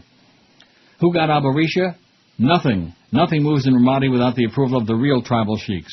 They were none too happy, as Hatham noted, about the millions the U.S. handed to Risha. The sheiks either ordered the hit or simply gave the bomber free passage to do the deed. So who are these guys, the sheiks who lead the Sunni tribes of Anbar, the potentates of the Tamimi, Falaji, Obidi, Zobal, and Jamali tribes? Think of them as the Sopranos of Arabia. They're also members of the so-called Awakening Council, getting their slice of the millions handed out, which they had no interest in sharing with Risha. But creepy and deadly or not, these copy of the desert were effective in limiting al-Qaeda in Mesopotamia. Indeed, as U.S. military so proudly pointed out to Rick, the moment the sheiks declared their opposition to al-Qaeda, i.e. got the payments from the U.S. taxpayers, al-Qaeda instantly disappeared. This miraculous military change, when the enemy just evaporates, has one explanation. The sheiks are al-Qaeda in Mesopotamia. Just like the Sopranos extract protection payments from New Jersey businesses, the mobsters of Anbar joined our side when we laid down the loot. What's wrong with that? After all, I'd rather send them a check than send our kids from Columbus to fight them. But there's something deeply, horribly wrong with dealing with these killers. They still kill. With new U.S. protection weapons and cash, they've turned on the Shia of Anbar. 15,000 Shia families from a single district were forced at gunpoint to leave Anbar, and O.J. wasn't even there. Those moving too slowly were shot, kids and moms as well. Do the Americans know about the ethnic cleansing of Anbar by our erstwhile allies? Rick's film shows U.S. commanders placing their headquarters in the homes abandoned by terrorized Shia. Rick's craziest move was to go and find these Shia refugees from Anbar. They were dumped, over 100,000 of them, in a cinder-block slum with no running water in Baghdad. They're under the protection of the Mahdi army, another group of cutthroats, but at least these are Shia cutthroats. So the great success of the surge is our arming and providing cover for ethnic cleansing in Anbar. Nice, Mr. Bush. And with U.S. press embedded, we won't get the real story. Even Democrats are buying into the Anbar awakening fairy tale. An Iraqi government official frets that giving guns and cover to the Anbar gang is like adopting a baby crocodile. A crocodile is not a pet, he told Rick. It will soon grow to devour you. But what could the puppet do but complain about his strings? The Iraqis got it right. The surge is a crock. Not Ray Kroc. Now, there was quite a guy, Ray Kroc. Do you ever see the biography on him? No. Who? Ray Kroc. From McDonald's, the founder of McDonald's and the owner at one time of the San Diego Padres. Oh, that one? No. Never saw the biography. I figured that would do it for you. Sure. This is G. Gordon Liddy, and they don't come any worse than Neil Rogers. Absolutely. Yes. I had to buy a Cadillac, a big stinking Coupe. I wish I had my money back. It don't do much good standing still. Those ragheads down the desert way, those greedy smelling slobs, let it deal with the oil man, and now we're getting robbed. Look at these gas prices. Bomb the A-Raps, bomb the A-Raps. Gasoline and gas prices. Bomb the A-Raps, bomb the A-Raps. If we'd only grow a pair of balls, we could stop this crap today. Fire up the jet fighters and blow those towel heads away. Look at these gas prices. Bomb the A-Raps, bomb the A-Raps. Gasoline and gas prices. Bomb the A-Raps, bomb the A-Raps. Look at these gas prices. Oh, here comes the tasering again at the Thank you U.S. very much. I'll ask my question. I'm going to preface it. He's been talking for 2 hours. I think I can have 2 minutes. Thank you very much. All right, I'm going to ask you my question. I'm going to inform people, and then I'm going to ask you my question. So there are multiple reports of disenfranchisement of black voters on the day of the election in 2004. Right. There was also voting machines, electronic voting. Tasering, and now, of course, everything is under investigation. Once again, Kerry's request to answer those questions were ignored. So that's kind of when everything seemed to fall apart. Mr. Meyer's getting apparently very frustrated by that. We want to talk more about this. On the phone with us this morning, if he was Steve with Chuck Orlando. Myers. He is with the University of Florida. Mr. Orlando, thanks for being with us. I know you just came from a meeting with the university president. Shame on you, Steve, in Orlando. Yes, good morning, Heidi. Thanks for having me on. Heidi, my yes, ass. we Heidi discussed Fleiss. the situation. Obviously, Heidi we're well Fleiss. aware of the concerns that the community has about Look at this. Look at him strong-arming and grabbing that ugly punk. And so we discussed, what are the best ways to respond to this and, to be fair to everybody involved. One of the things I can tell you about a development from this morning is that our police chief has sent a letter to the Florida Department of Law Enforcement asking them to come in and to do an independent review of the situation and to come back with their recommendations on it. And they're showing the tape of this, these 3 cops grabbing. I mean, what kind of cops are these guys? They couldn't. Look at that. The one big black cop, he picks him up and he's going to carry him out. Why didn't they just carry him out of there? What are they, a bunch of wimp cops? What are they, wimp pigs? Huh? Carry them out and stop with the tasering. What's the campus cops? Are they real cops even? I don't even know. You're asking me at FU in Gainesville? Who what'd you say? What kind of a FU? Oh, jeez, and I thought we liked each other. I want to know what the book was that he had. What was it? I want to know what that book was that he had. He's waving around. It's going to be the bestseller. That's the same kind of sentiment other people are feeling, and that's understandable. Maybe it's Catcher in the Rye. What do university police say happened? Obviously, there's always 2 sides to a story, but as we look at the video, we kind of see, exactly what was going down. This coming in from our reporter, Clarissa Jessup, who's also a student at the University of Florida. What do they tell you, their side of why they use this particular type of force with the taser? Sure. Well, obviously, again, I don't want to get out ahead of the review or whatever the outcome of that may be, but, from what we're understanding from our officers, as you see in the tape, the student is up speaking. He becomes agitated at one point and has been asked to step away from the microphone. The officer does come up at that point then to remove him from the microphone because he's being disruptive.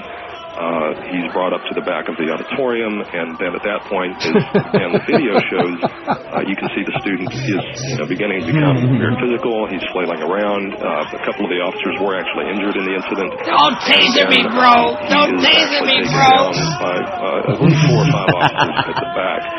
And you can hear him on the video.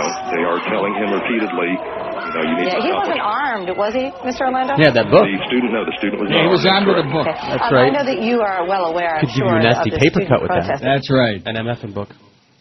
1,148 votes on the OJ poll, and we got 50 people say they're a huge fan. You know what that's like? That's like slapping everybody in the world who's got any kind of, just a little bit of decency, which I don't have too much. Like slapping the rest of us in the puss. I'm a big fan. Oh, we got almost 68% on Footy. Stay retired, but keep up the Saturday morning show. See, he just doesn't have one. It says just get off the air. Period. We hate you like poison. You suck. Of course not. If he had, if he had a sense of humor, he would do that. Oh, you know please. This is like us having a poll on the like me putting a poll on for tomorrow, saying which one of Neil's cheeks would you like to kiss? The left one, the right one, or both, or all four, or in between. Yeah, that's right. If you have a crack problem, in between. Wow, what a kissy, sucky. And keep in mind that it was about the same when we found the poll, when we got that fax, as it is now. We haven't really made that much progress. So it isn't going to be like, oh, well, Neil Rogers' audience is what made it like, no, that's the way it was before our audience got slightly involved, okay? Well, they're making a big timus out of this, which is upstaging the OJ stuff, something fierce. Very good. Thanks for your insight on this. We will continue to follow thank you the story. so much, Stephen Orlando, you goofball, you doucheball. Can we say that, doucheball? I guess so. I just made it up. Well, we sure can't say bag. No. Wow. You old bag. Can I say you old bag for Joyce, you old bag? Now, should I read that very short email from Clarence Again? On the air? Sure. Huh? Why not? It'll kill 10 seconds. Well, no, I have to go to my Hotmail here and dig it up again. I didn't delete it yet for obvious reasons because I'm saving it for evidence. Evidence of insanity. Josh Darrow, and the title is Silent But Deadly. Isn't that cute? Mm-hmm. Silent But Deadly. It says, Neil, no more ass audio. I am the programming butt plug. Yeah, I'll go along with that. That's for damn sure. Need you to stop playing the fart noises. Thanks, Josh. And then on the bottom, his, Josh Darrow, program director, WQM, with the phone number and the extension and the orifice and the butt plug, all that crap. Need you to stop playing. Now, what does that really say? Need you to stop playing them? Stop. He needs it. He needs for you to stop. He needs for me to stop based on what? Based on he's getting grief? You know it. From Jolly Joe Bell, who's probably getting grief from Joyce, who's probably Well, getting grief he doesn't listen or care or know that, the show even exists. Let me ask you something. Do ball players fart? Do athletes fart? Oh, please. Who are you making this case to? Man. They do way worse than that. No. They also spit. What did you say? Spit. Oh, spit. Yeah. What? Oh, you wanted closure on that? You held back the good part. Damn it. Here it comes. Oh, there we go. Kind of like that scene in The Hitcher there with C. Thomas Howell and Rutger Hauer. For Lemmy. Leave it to an old fag like me to be really emotionally involved. Oh, no, the homoeroticism of that got through to all of us. Did it really? Oh, yeah. It was definitely... And when it wouldn't be so bad, except Rutger Hauer, he kind of like wipes it off his I gives him know. a look like... Licks his fingers and whatnot. Yeah. Oh, jeez. For you. And Pit God. They can't choose what they want to hear on the radio. Their government only provides strictly enforced entertainment and information. One voice, one message. There is no First Amendment in their country. Freedom of expression is punishable by law. They have to go underground or online to learn more about the world around them at the risk of torture or even death. This isn't Eastern Europe I'm telling you about. This is America. Help bring down the Iron Curtain. Support a Radio Free America. Oh, I think we got it already. 16 till noon at 560 WQAM. 16 till noon? Are you kidding me or what? Yep. Only feels like 3 hours. Jesus, I feel like we've been here for 100 hours already. A lot of pressure. I don't know based on what. Based on the OJ poll. Based on our quest to get to 45,000 votes on the poll today.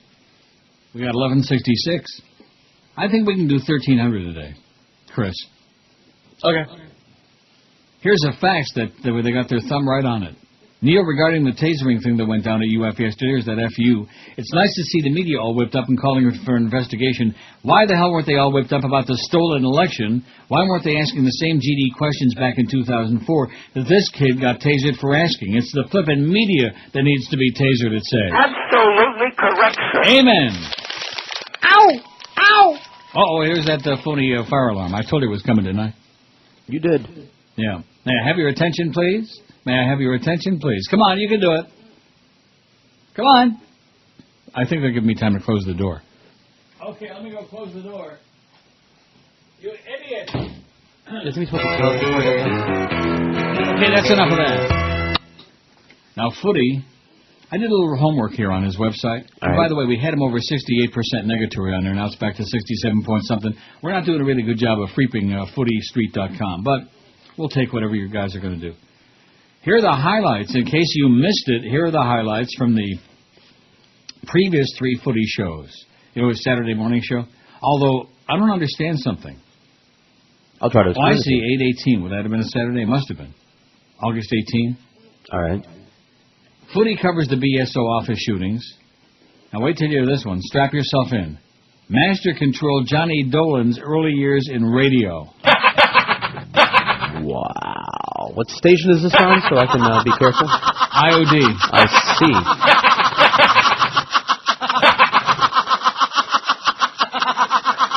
Master Control Johnny Dolan's early years in radio.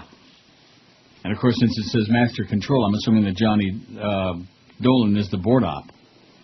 I wonder if he talks about his early years in radio, the fact he once took a leak at the urinal next to me at IOD and claimed that was the highlight of his career. I thought those were his middle years in radio. Oh, probably. Footy talks about the Miami-Dade superintendent, Dr. Rudy Crew, and former Miami Dolphin Don Strock calls in to talk football. All right. On the 8/11 show, Footy talks about the 2 Broward sheriff's officers who were shot this week. Sheriff Ken Jenny called into the show to talk about what happened in both cases. This, of course, was just before Sheriff Jenny went off to the Hooskow. It's almost as good as Kenny and Bo having the unctuous homophobe Jim Noggle, the mayor of Fort Lauderdale, on to suck his ass. And then Kenny coming on and saying, oh, he loves gay people, Jim Noggle, he loves gay people. Can't imagine why that show's off the air, the Kenny and Blow morning show. And let's see, on 8/4, Footy talks about the safety or lack thereof of our bridges in South Florida. Maybe he had the bridge tender on. We can only hope. Juan Gomez is the kid who's fighting being deported. Footy and the callers discuss. Patty Turgeon's ice cream truck was robbed of 2 popsicles and $80 in cash. Footy talks to her and replaces her money. I wonder if he replaced the popsicles. And UM head coach Randy Shannon checks in. Woo! Does this sound like a pretty heavy-duty? I think this is going to be a really local show. We're going to promote the hell out of it, Footy. Make no mistake, baby. We're going to give you all the promotion, $80 million worth, which is more than I get. We don't get nothing. We get 0. Zippity-doo-dah. 1,173 votes on the poll. What's your take on O.J. Simpson? The arraignment is tomorrow. You're right. He's pure scum, 352. I hope he rots in jail, 323. I hope they kill him in jail, 296. I hate him like poison, 79. He's misunderstood, 61. Right. Oh, he is hard to understand at times. Right. I'm a huge fan, 51, and I'm a fan, 11. 51 people are still huge fans of this murdering piece of turd. Turd on 2 legs. Oh, you can't rip the juice like that. We're a bunch of dumb sports nerds. He played football. Wow. Isn't that terrifying to you? I mean, granted, the overwhelming majority is like, they're onto him, but there's this small portion, man, no matter what he does. And, of course, like you said, most of them inside our building and across the street. Oh, we're back over 68% negatory there on Footy. I mean, he only gave you 2 choices. So the more negative one, like, as opposed to, hey, you suck, Footy, get off the air and stay off. Just retire, like that. He doesn't have the balls to do that. Because based on what we saw when we discovered this thing, that probably would have won anyway. They're sending you a message, and he's not getting it. 68.06%. Stay retired and keep the Saturday thing. 31.9% say, come back, South Florida wants you back full-time. We want you back, Footy. Maybe he has Footy and mouth disease, you think? I know Kenny Walker should. I hadn't thought of that. Probably from working with him all that time. Eric Alderman in The Nation says, the presidential pageant, for the people who cover them for a living, elections are not about issues or evidence or even truth. They're about the narrative. Campaigns struggle to define it long before voters are paying attention because once the narrative is determined, it virtually is impervious to revision. This was the case with the Gore's a liar, Bush's a dope storyline of the 2000 election. As Margaret Carlson, then of Time, explained to Don Imus, you can actually disapprove some of what Bush is saying if you really get into the weeds and get out your calculator or look at his record in Texas, but it's really easy and it's fun to disprove Al Gore. As sport in our enterprise, Gore keeps coming up with another whopper is generally entertaining to us. Each year's election narrative is determined by the Bigfoot correspondents in the top tier of the punditocracy and then reinforced by everybody else. It works best with a conservative spin because of the recent right-wing takeover of so many of these perches, owning of the power of Drudge, talk radio, and cable TV. But it's determined in places like Time, Newsweek, the New York Times, and Washington Post. To get an idea of how the process works, take a look at the coverage of John Edwards' campaign. In an alleged news story, Edwards talks tough on hedge funds. Time reporter Leslie Wayne observed, Mr. Edwards has made poverty a signature issue, a topic that stands in sharp contrast to his own $30 million net worth. Wayne and her editors apparently think there's a sharp contrast between a man being wealthy and his expressing concern for the poor. It's a constant theme of the Edwards coverage. The Post, for example, devotes breathless front-page coverage to the sale of Edwards' house. Bill Hamilton, Post editor, defended this decision to the paper's ombudsman by explaining that Edwards was a presidential candidate who just happens to be a millionaire who's basing his campaign on a populist appeal to the common man. The unmistakable implication is that poor people have no right to representation in our society. No one mocks Mitt Romney for promoting policies that protect his more than $250 million net worth. Ditto Rudy Giuliani, who pocketed more than $16 million last year alone. But as Fox's Neil Cavuto puts it, the GOP guys are not pretending to be, great poor advocates. Since actual poor people are de facto disqualified from running for president by Congress, as refusal to institute any kind of publicly financed elections that are the rule in most democracies, the result is that we allow representation only of the rich by the rich. Then there are the haircuts. You won't be surprised to hear the fact that John Edwards got a couple of expensive haircuts has generated, according to LexisNexis, about 1,000 news stories. I can't say I've read many of them, but I'd be amazed if any proved more ridiculous than the 1,220-word investigation by the Post John Solomon, who notes it is some kind of commentary on the state of American politics as Edwards has campaigned for president, vice president, and now president again. His hair seems to have attracted as much attention as, say, his position on health care. You think? In fact, his hair has gotten far more airtime than his health care plan, but what is odd is Solomon's and his editor's inability that perhaps a 1,220-word investigation of a haircut might be part of the problem. If the point of the stories about Edwards' wealth is to delegitimize his arguments on behalf of the poor, the haircut obsession is designed to feminize the candidate and thereby undermine his credentials as a macho man for president, which are, by the way, those deemed to be the most important by the media. Ann Coulter calls him a faggot. Maureen Dowd, Chris Matthews, and Joe Scarborough, among many others, use the term Breck girl. The wording is more polite, but the effect is the same. Speaking of Dowd, to understand how this process works, it's crucial to recognize the influence her Times column wields in determining the substance and contours of the agreed-upon narrative. This is a shame because while Dowd is a wonderfully felicitous writer, she has little interest in ideas and none in policy. Her column frequently reads as if co-written by Shannon Doherty, character in Heathers. Regarding Gore, she complained in 1999 that he was so feminized he's practically lactating. She attacked him baselessly for having boasted that he was the father of the Internet. She also hyped a false and defamatory version of Gore's role in the inspiring novel Love Story. In both cases, Gore was telling the truth as Dowd and company accused him of lying. But because she was annoyed with the man she termed a pious smarty pants, she wrote, "The vice president's campaign woes could make a Nashville country song, You've been sighing and you've been lying." As my Media Matters colleague Eric Bollert notes, Dowd's smarmy and inaccurate attacks on Gore predated and presumably inspired the Republican National Committees. Most recently, Dowd's peevishness has been directed toward Barack Obama. She finds the candidate testy, irritated, hung up, conflicted, and self-consciously pristine. Dowd took it personally when he gave a Labor Day speech in New Hampshire, taking on business-as-usual Beltway politics. Dowd mocked Obama's ranting about Washington pundits by pointing out that he frequently graces the cover of magazines. This is quite a trick when you think about it. The media elite put Obama on magazine covers, and then the same media elite insists he's inauthentic for having appeared on magazine covers. Dowd also accuses Obama of preening like a 46-year-old virgin, demonstrating loose body language and being hung up on being seen as thoughtful, while secretly fearing being seen as a dumb blonde.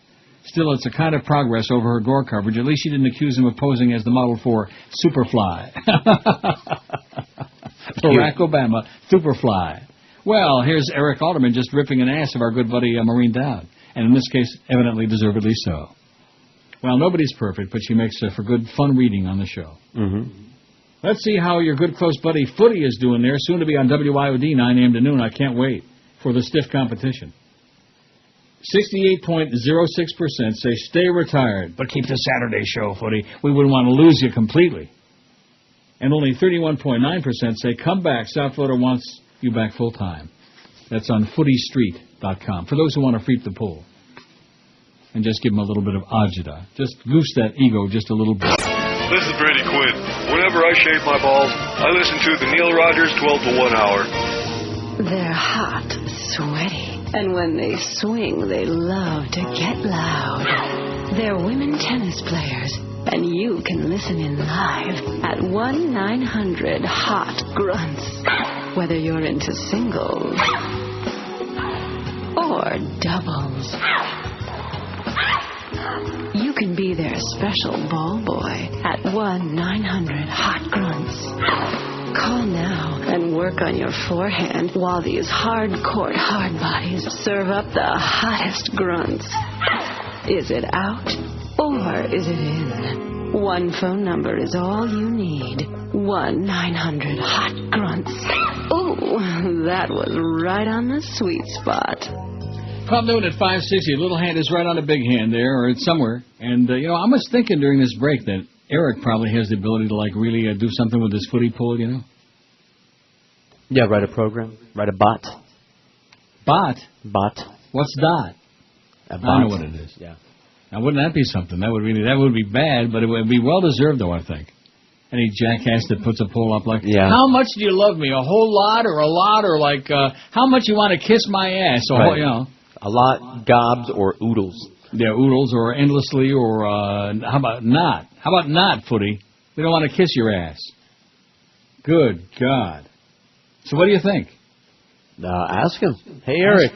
Hey, Eric, get on the case, okay? FootyStreet.com.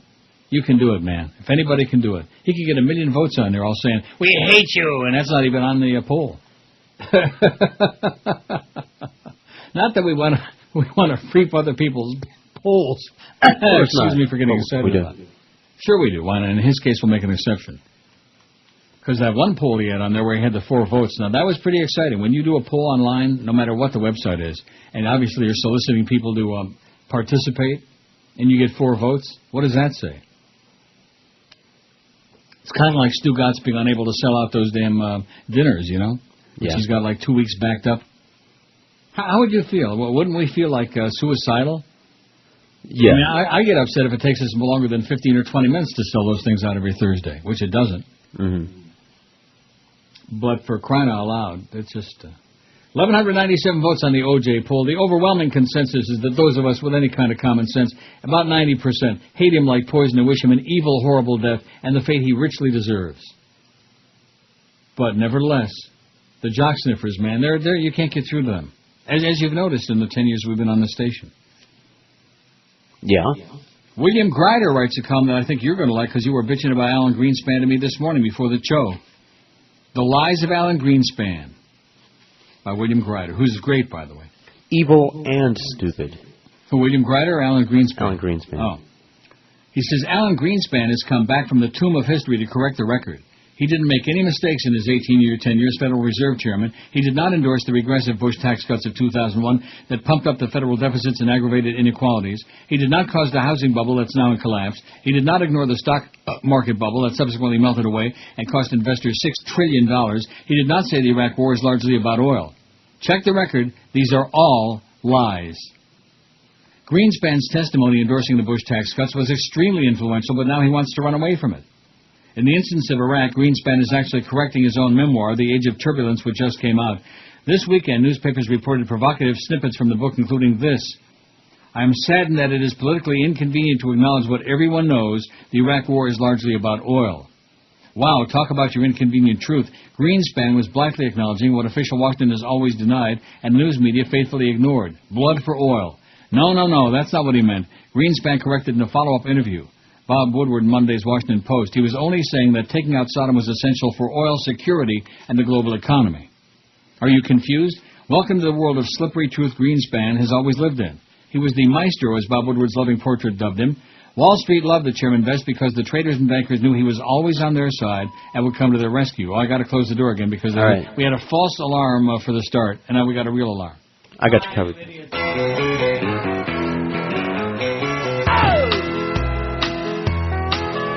That's it.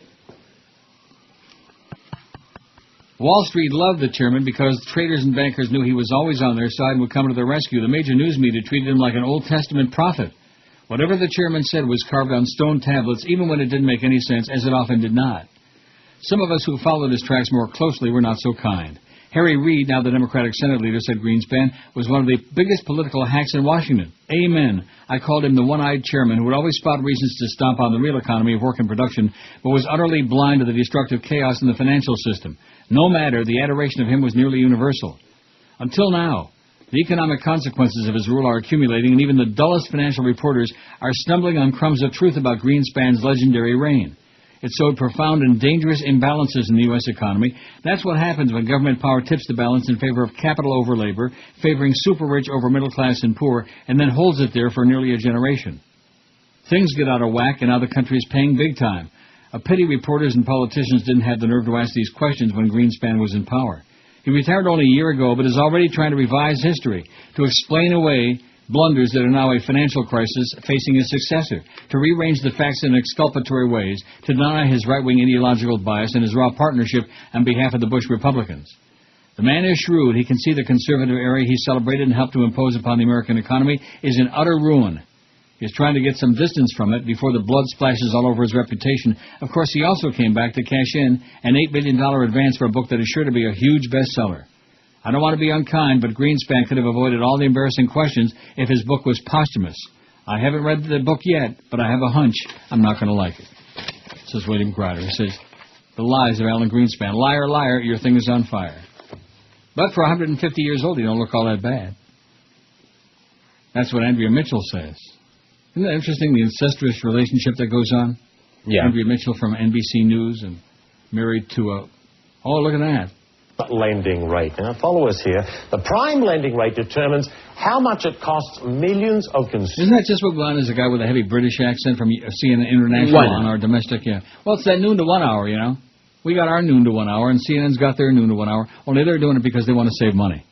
So they simulcast their international telecast, and they don't have to pay anybody to be on there at that hour. Kind of like what we're doing with Chris on Thursday for the 18 ball games he's going to be covering. Board hopping. Now, just think. You're in the same category with Johnny Dolan. Don't you feel like a big shot now? Oh, yeah, sure. I bet you don't even know who that is. Nope. Well, George will tell you someday. Sure. George will sit you on his knee and tell you all about Johnny Dolan. You know the people that you hang up on all day that you don't want to hear from? Pretend one of them worked with you and was inside the building and you couldn't hang up on them. Wow. Wait, I've worked with some of those here. Yes. Well, not like this one. Oh, okay. But he once took a leak next to me at the urinal at WIOD, and that was his claim to fame. So you got off easy. Did he shake your hand? He didn't shake anything, and neither did I. I ran the hell out of there. Sorry, Johnny. I remember once upon a time when he was working at, I think it was INZ, and he was a board op, and Larry Kent was trying to, I don't remember what that was all about. Larry Kent, who's big and fat and dead, by the way, for many years now.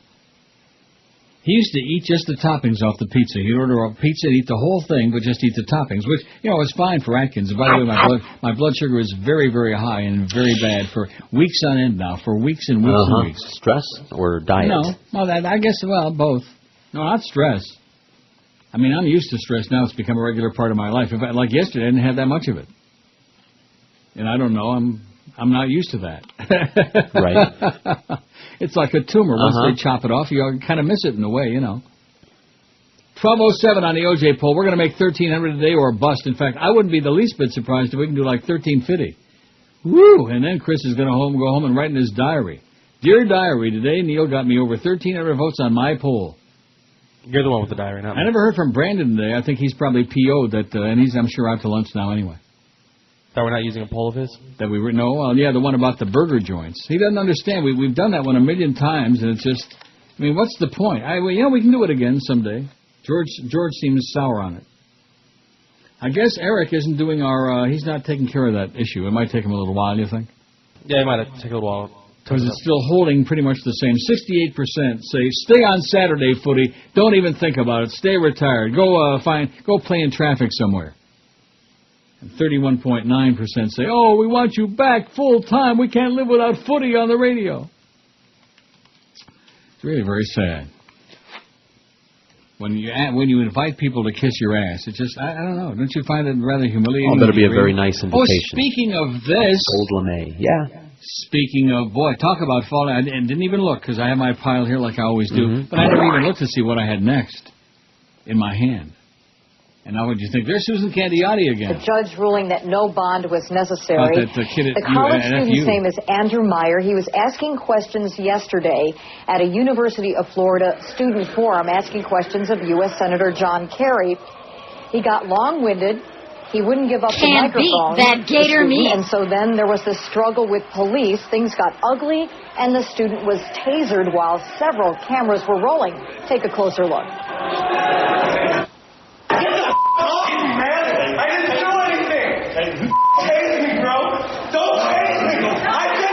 Gonna tase you.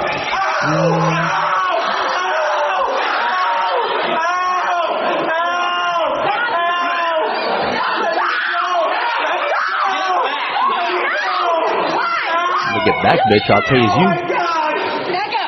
I think these campus police on the FU campus, I think they're crazy people. Did you see the expression on the fat one's face? Like Redfield. He looked like he looked more like the guy from Clockwork Orange, Dim. Oh. Yeah, he looked just like him. That same fat face and the same dumb look. He looked a little dim. And, of course, they were cops, too, eventually. That's right. Good news for Well. Look who it is. Good news for diabetics, says USA Today. Both aerobic exercise and strength training improve blood sugar levels, and lots of both provides the best results, a new study shows. How do you like that? About 20.8 million people in the USA have diabetes, including yours truly. Type 2 diabetes, the most common kind, is associated with obesity, lack of exercise, and genetics. It's in your genes, baby. It's in your genes, and if you look good, I want it. Diabetes is caused by the body's failure to produce enough insulin, or at least this kid was ugly that they tasted anyway. If he would have been a hot-looking guy, I'd be down there right now in Gainesville. I'd be representing him. I'd offer my hand. Diabetes is caused by the body's failure to produce enough insulin or to use it effectively to reduce blood sugar levels. Over time, high sugar levels damage large and small blood vessels, leading to heart disease, stroke, nerve damage, amputations, blindness, and kidney disease. All of these things. Wonderful things. Now, you'd think that sitting here reading that would, tell me, stop eating the ice cream and the candy, you jackass, you fat, stupid idiot. Stop. I have tried. I think the Blobo Lassiter nothing you can do. Teach me. You addict. I'm addicted. Haven't I always said I'm addicted to sugar? There's nothing you can do about it, but just hope for the best. And hope for the best? And wait for the worst. Kind of sounds like that car situation. To test the impact of different types of exercise on blood sugar control, researchers in Calgary and Ottawa, Canada, recruited 251 sedentary diabetics ages 39 to 70. Participants were assigned to one of four groups: no exercise, 45 minutes of aerobic exercise, such as walking or indoor biking 3 times a week, strength, resistance, or weight training for 45 minutes 3 times a week, aerobics and strength training for 45 minutes each 3 times a week. They were given memberships to an exercise facility, asked to follow their plans for 22 weeks. They used treadmills and indoor exercise bikes and wore pedometers to track their activity. Their programs were periodically supervised by personal trainers. At 3 and 6 months, participants were given a test that measures hemoglobin A1C. I know that's the whatever they call that, HOA, the HOMO test. An estimate of the average blood sugar level over the past 3 months. It's expressed in percentages. A 1% point decrease in the score, for example, dropping from a 7.5 to a 6.5, is associated with a 15 to 20% decrease in the risk of heart attack or stroke, and a 25 to 40% decrease in risk of diabetes-related eye or kidney disease.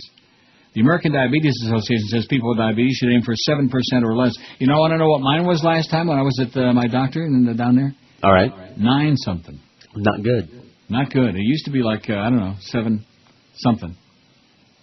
The findings in the Annals of Internal Medicine show the no-exercise group had no change in A1C. The aerobic exercise group had an average decrease of 0.51% in A1C compared with the no-exercise group. The strength training group had an average decrease of 0.38%, and participants who did both kinds of exercise had a 0.97% drop. The average A1C for the exercise group went from above 7 to at or below 7%. The other group stayed above 7%. Bad. This confirms tremendous value for exercise for people with type 2 diabetes and those who want to maximize. Did I do the break or not yet? Not. Oh. Those who want to maximize the results should do both aerobic exercise and resistance training, said lead author Ronald Seagal, an associate professor of medicine, cardiac science, and kinesiology at the University of Calgary. For people with diabetes, this is spectacular news, they said. It shows how important both kinds of exercise are. Sitting in a chair and exercising, flapping your gums, making sounds with your mouth don't do the job. Oh, yes. Did you put an option on it for you? Thank you for attending today's conference on how to deal with the Y2K problem. I would like to announce the development of a new software system, which will be year 2000 compliant. This program is known as Millennia Year Application Software System, or MIAS. Next Monday, there will be a meeting in which I will show my ass to everyone.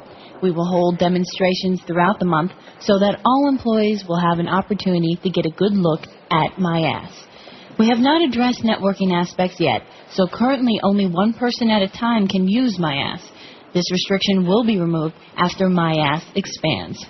Last week, my secretary said to me, "I'm a little nervous. I never put anything in my ass before." I helped her through the first time, and afterwards she admitted that it was relatively painless, and she was actually looking forward to doing it again, and was even ready to kiss my ass. As you begin using the program, feel free to put anything you want in my ass.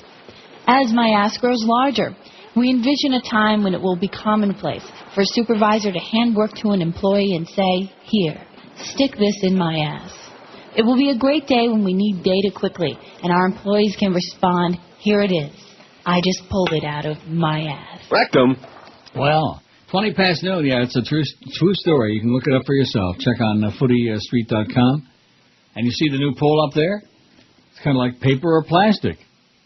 Would you be in favor of universal health care, yes or no? And I voted yes, of course, so I'm the 100%. I got 100% of all boring. the votes. I'm not even going to register a hit. Would you be in favor of universal health care? This is the kind of profound radio we're going to be getting from the Footmeister, I'm sure, from the Pedomeister in the near future.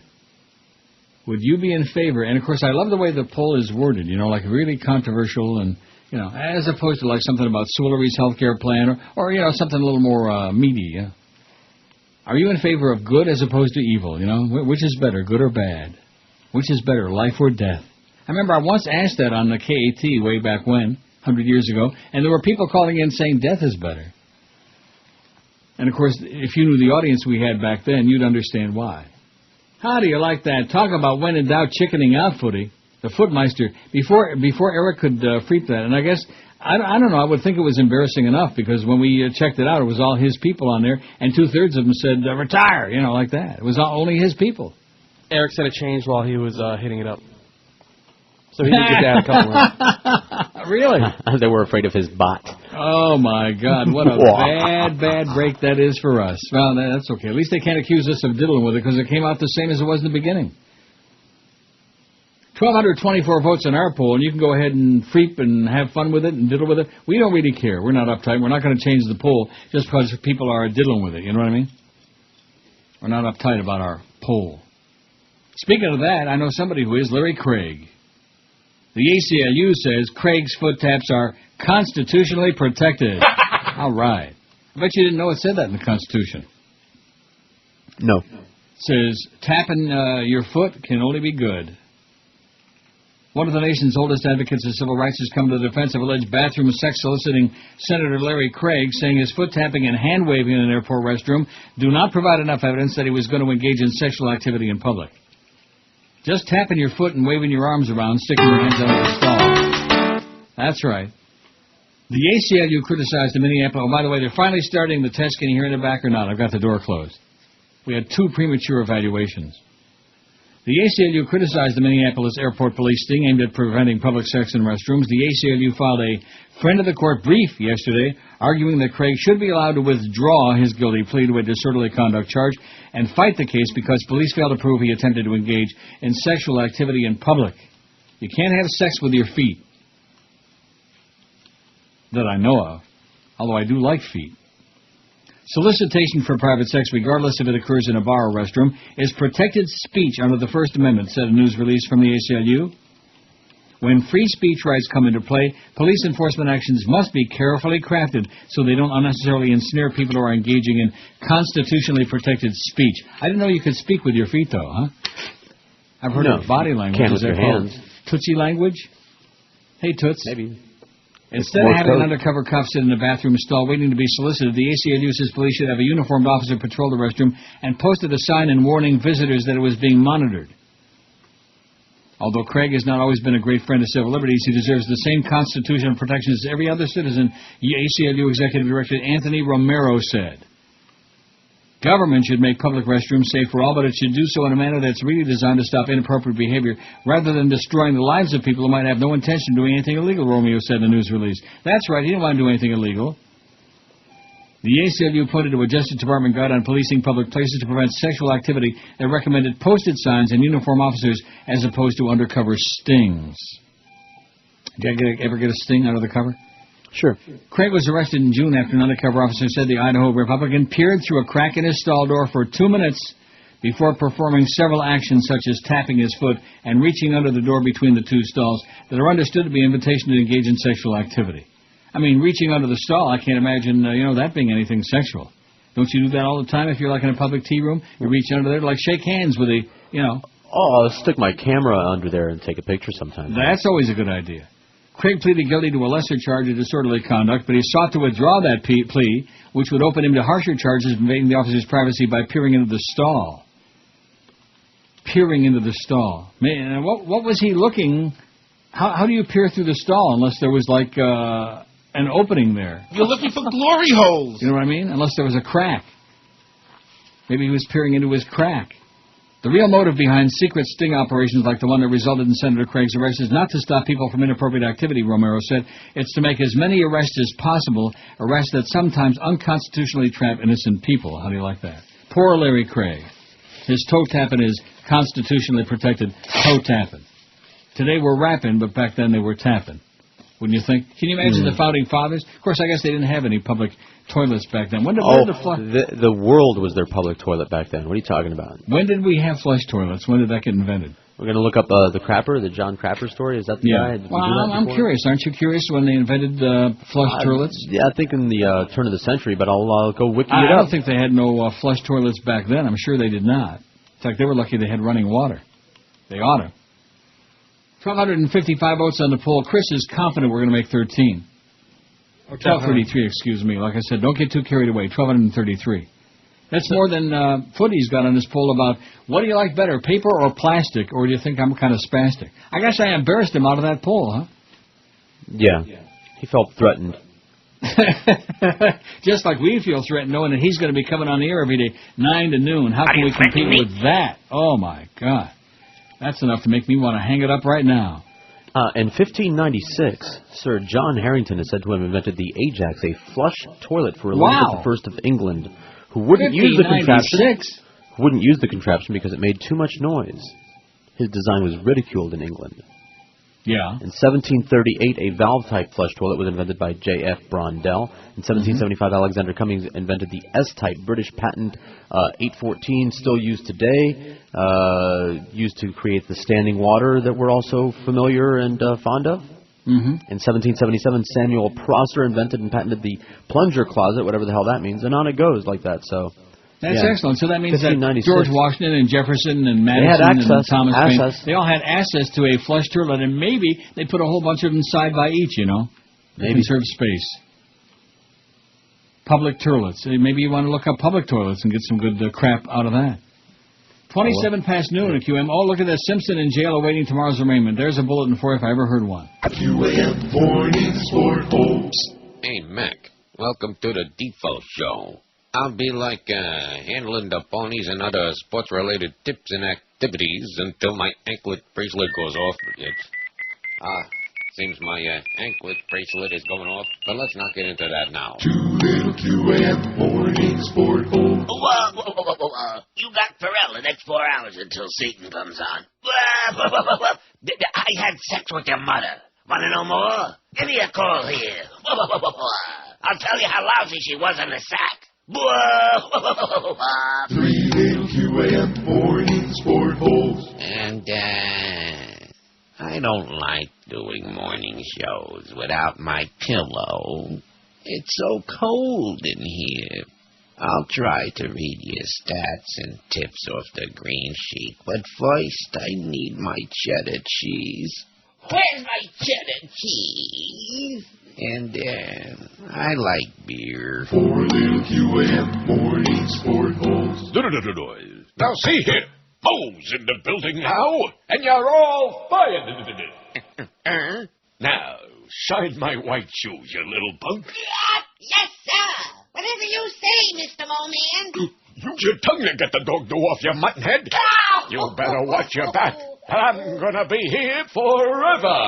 5 little QM Morning Sport Hopes. Hey, where did Mo go? They're right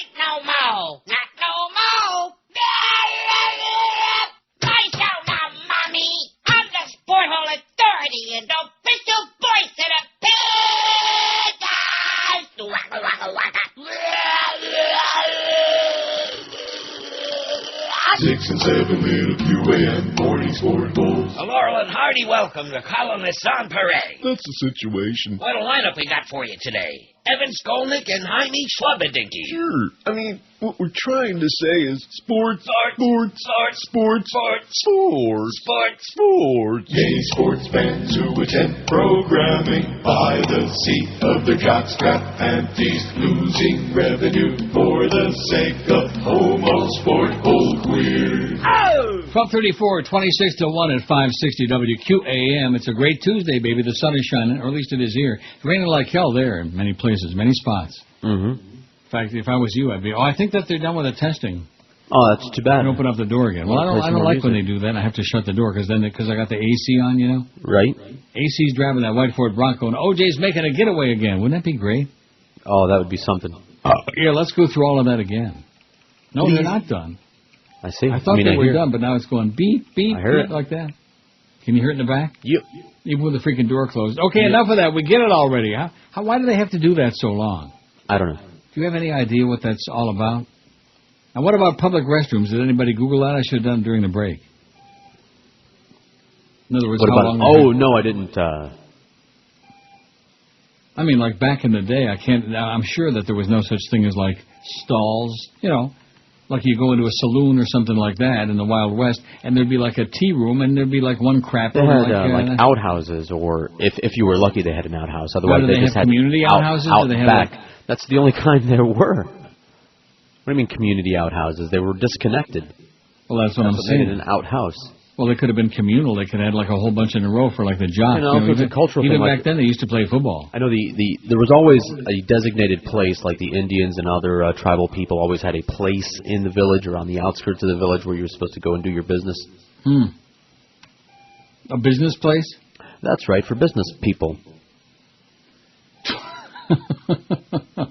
For monkey business people. Sure. So what do you think of that Footy changing the pole there like a coward, huh? Mm-hmm. I guess he went into a total panic. And, of course, one would assume that he must have been listening or somebody involved, must have tipped him off. Oh, Neil Rogers is ripping your pole on there, Footy. We better do something about that before it gets really a lot worse than it already is, like that. What a clown. Go on there. What's your take on, are you in favor of universal health care? Is that provocative or what? In fact, let's take a look at the result on there now. You want to see it? They don't tell you how many votes. 71.5% say yes, 28.5% say no. No. We don't want that. Why would anybody want that? Sounds like a socialist plot to me. Commie pinko crap. OJ, 1,252 vote on OJ. Now, speaking of the crapper, boy, sure I'm getting lucky segueing into things. Oh, there's that last high-pitched tone. That means that the test is about over. I think he's going to say... Yeah. I can't hear him. See, if you'd let me open the door. Let me hear what he's saying. Go ahead. You're going to die up there. Jesus hates you. Any further alarm will require you to run down the stairs. Okay, that's enough. Yeah, thank you for your cooperation. Go learn to speak English. Get out of here. Oh, there he goes again. May I have your attention, please? For you deaf people who didn't hear it the first time, we have now completed our testing, but I just want to keep rambling here, making sounds with my mouth to annoy the crap out of you, and especially that fag up there who's doing this radio show. Okay, that's enough. We get it. Bye-bye. Hasta la vista. Have a nice day. Eh? I repeat. He won't stop repeating. We get it. We get it. We get it. Don't repeat. Okay. The public toilet appeared as early as 2500 BC and possibly earlier. As 2500 BC? They have always been, indeed, the first toilets were only ever public toilets, and only, eons later did people start having them privately in their own homes. Wow. You're looking for glory holes. The gender gap has widened when it comes to hygiene, according to the latest stakeout by hand-washing police. Did you know there was the hand-washing police? No, there ought to be, though. 1/3 of men didn't bother to wash after using the bathroom, compared with 12% of women, said the researchers who spy on people in public restrooms. I can see an obvious biological reason why, but nevertheless, what do I know? Right. They reported their latest findings Monday at a meeting of infectious disease scientists. And let me say it again, my own personal feeling about that is this. Unless you have a dirty, you don't need to wash after taking a leak. You should, if you respect then you should wash before you splatter, and then there's all of these things that you're touching, other people. If there's a splatter, does it really matter? Yeah. Oh. Well, don't quit splattering then. Right. Quit chattering. The study is based on... Quit tapping your toe, for crying out loud. The study is based on observations last month of more than 6,000 people in 4 big cities. Guys need to step up to the sink, said Brian Sansoni, spokesman for the Soap and Detergent Association, which co-sponsors the survey and related education campaigns. Yeah, they just want to sell a lot more soap. They don't want you to drop it necessarily, but frequent hand washing is the single best thing people can do to avoid getting sick from colds and the flu to germs lurking in food, doctors say. And a recent Harris Interactive survey found 92% of Americans say they usually or always wash up after using the bathroom. But researchers for the American Society for Microbiology found that only 77% really do when it comes to public restrooms. That's a 6% decline from a similar study in 2005. The dirty details. Atlanta's Turner Field Baseball Stadium again was the worst. I bet you they didn't do a survey in the Orange Bowl, I'll tell you that. Only 57% of guys at Atlanta's Turner Field washed up compared to 95% of women. New York was second city to Chicago in cleanliness. In restrooms at the Windy City Shed Aquarium Museum and Science and Industry, 81% of men and women combined washed their hands compared to 79% of the Big Apple's Penn and Grand Central train stations. Well, if you've ever been in Penn Station or Grand Central Station, you feel like you want to take a shower immediately, forget about just washing your hands. At San Francisco's Ferry Terminal Farmers Market, 62.5% of men lathered up. You fairy. Women did better with 84% in San Francisco. You fairy. Well, the guys don't want to drop the soap. Or maybe they do. Carry sanitizer, gels, and wipes in case the means to wash your hands aren't handy, suggested microbiologist Judy Daly of Primary Children's Medical Center in Salt Lake City, who led this silly project. These are a marvelous addition to plain soap and water, she said. Nearly 3/4 of Americans say they always wash up after changing a diaper. 78% said they do so after handling or eating food, 42% after petting a dog or a cat, and 25% after handling money, 34% after coughing or sneezing and wheezing. How do you like that? Nearly 3/4 always wash up after changing a diaper. And what about the other 25%? I guess they don't. Yeah, that's what I'm saying. Blah. I guess the best way to solve that is don't change the diaper. Mackinac, this is Joe Bowen, the voice of the Toronto Maple Leafs, and you're listening to the Hockey Authority, Neil God. Ding dong, it just got stuck. What got stuck? My midget juck. Ding dong, my wiener just got stuck. Put it in a vacuum hose, it sure sucks, everyone knows. Oh my god, my midget wiener stuck.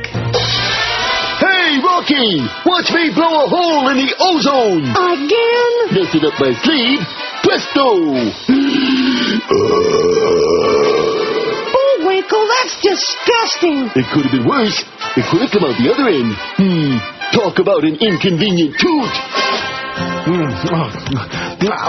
don't know why I keep gaining weight. A recent study shows that obesity can be caused by a virus. Really? Like catching a cold? And that's why there's all-new Fat Quill. Fat Quill? Fat Quill kills the virus that causes obesity, so you don't have to do a thing. Wow, great! Fat Quill. The mealtime snarfing, snacking, munching, gorging, stuffed gut, double lard so you don't have to exercise medicine. So how'd you like my little triple play there? You know, they got all those short bits, all those little drop-ins. So I liked it. I thought it was nice. Did you think it was nice? I thought it was nice because it killed much more time than just playing one at a time. That's really nice. 1,264 votes on our survey on the poll there, which I noticed nobody's freaking that one. How about that Footy? I'd talk about a coward, spineless coward. Can you imagine what that would have done to his ego? If Eric could have run that bot, and it would have been like 99% of the votes say you suck, Woody, whatever your name is, Footy, Woody Footy. Maybe he has a Woody Footy. No, I sure hope not. Can you imagine? I don't want where to. That thing might go? But at any rate, so he changed the poll to avoid the humiliation. I would already be humiliated if 67% of the audience said, retire, you know, like that. Wouldn't you be embarrassed and humiliated and degraded? Not if I was Footy. No, he ought to feel natural. Saudi women lobby the king for the right to drive. This is the group of lunatics. These are the maniacs. In fact, Saudi Arabia and Pakistan are the places where they should be nuking like right now as we speak. Just flattening them. For the first time ever, a group of women in the only country that bans female drivers have formed a committee to lobby for the right to get behind the wheel, and they plan to petition King Abdullah in the next few days for the privilege. They don't come no duller than King Abdullah, and no richer. The government is unlikely to respond because the issue remains so highly sensitive and divisive. But committee members say their petition will at least highlight what many Saudis, both men and women, consider a stolen right. We would like to remind officials that this is, as many have said, a social and not a religious or political issue, said Foyezazwa Al-Ayuni, a founding member of the Committee of Demanders of Women's Right to Drive Cars. And since it's a social issue, we have the right to lobby for it. I wouldn't be surprised if all these women go to Chop Chop Square pretty soon. Chop, chop. Yeah, Chop, Chop, Chop. Committee members want to deliver the petition to the king by Sunday, Saudi Arabia's National Day. The driving ban applies to all women, Saudi and foreign, and forces families to hire live-in drivers, like Fabrizio. Women whose families can't afford $300 to $400 a month for a driver must rely on male relatives to drive them to work, school, shopping, or the doctor. Did you say chopping? Shopping, that's right, at Chop Chop Square. That's where you do your chopping. Last time the issue was raised was 2 years ago when Mohammed Al-Zulfa, a member of the unelected Consultative Council, asked his colleagues to think about studying the possibility of allowing women over the age of 35 or 40 to drive unchaperoned on city streets, but accompanied by a male guardian on highways. The suggestion touched off a fierce controversy that included, or as they say in Britain, controversy. That included calls for Al-Zulfa's removal from the council and stripping him of Saudi citizenship, as well as accusations he was encouraging women to commit the double sins of discarding their veils and mixing with men. Oh, my God. Oh, my God. Oy vey. The uproar underscored the divisions in Saudi society between the guardians of its super-strict Islamic codes of behavior and those who want to usher in more liberal attitudes. Conservatives who believe women should be shielded from male strangers say women in the driver's seat will be free to leave home alone when they go and when and where they please. They will also unduly expose their eyes while driving and interact with male strangers, such as traffic police and mechanics. But supporters of female drivers say the prohibition exists neither in law nor in Islam, but is based on fatwas or edicts by senior clerics who say women at the wheel create situations for sinful temptation. Or maybe just they're crappy drivers. Women tried to define the ban once and paid heavily for it. In November 1990, when U.S. troops were in Saudi Arabia following Iraq's invasion of Kuwait, some 50 women got behind the wheel and drove family cars. They were jailed for one day, their passports confiscated, and they lost their jobs. How do you like that? Wow. Although the furor over Al-Zulfa's comments has abated, anything that touches on the issue provokes strong feelings.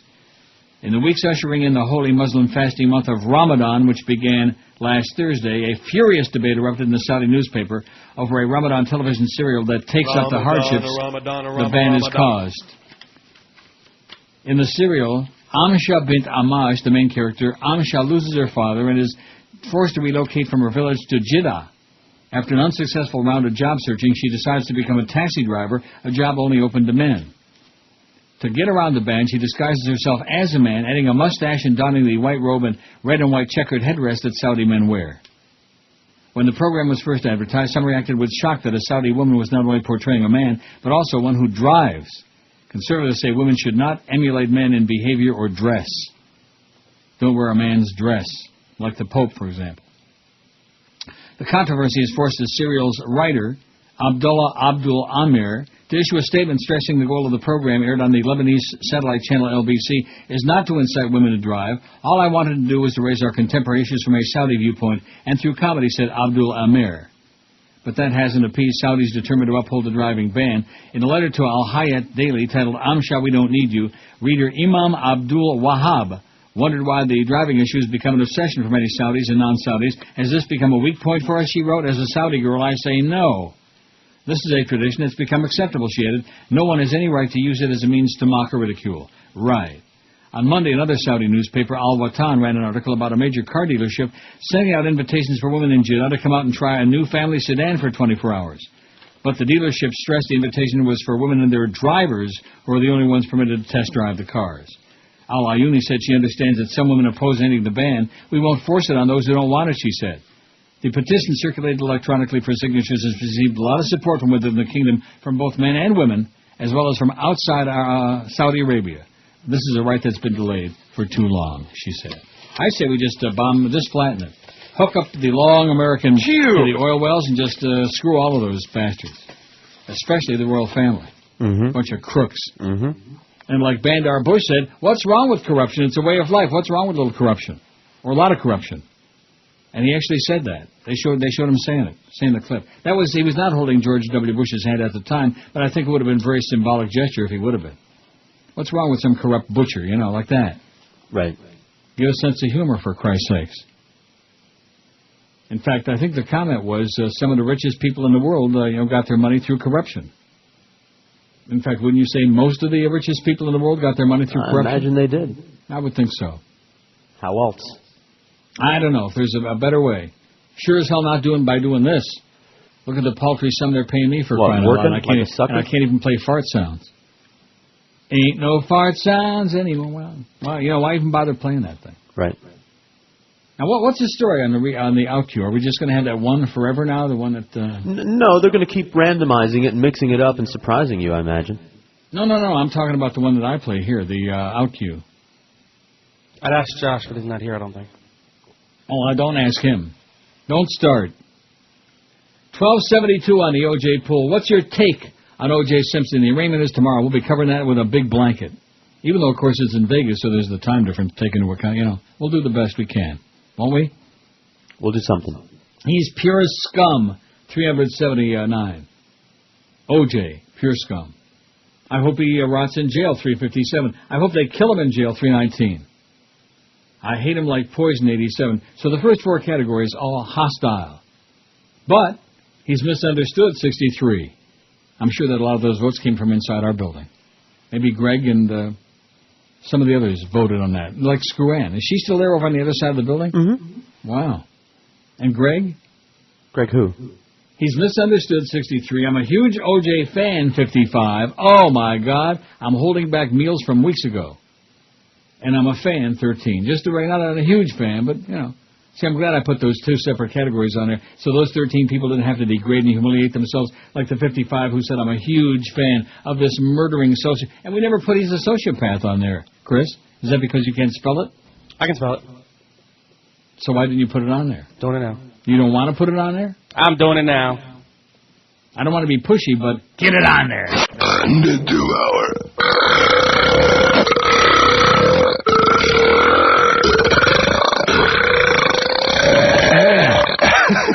You won't have Larry Craig to kick around anymore.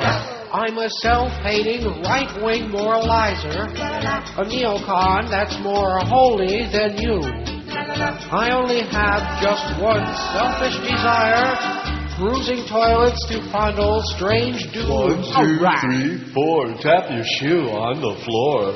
I wanna take a little sneaky peeky, one nice try to take a leaky, poke my head out from under the stall. Just a little sneaky peeky to see if they're small or beefy. I like sausage and shiny meatballs. 1, 2, 3, 4. You're my bitch in Idaho. La, la, la, la, la, la, la, la, la. Said to the guy next to me, I beg your pardon. My looks may not match my very high voice, but in a dress I look just like Eve Arden.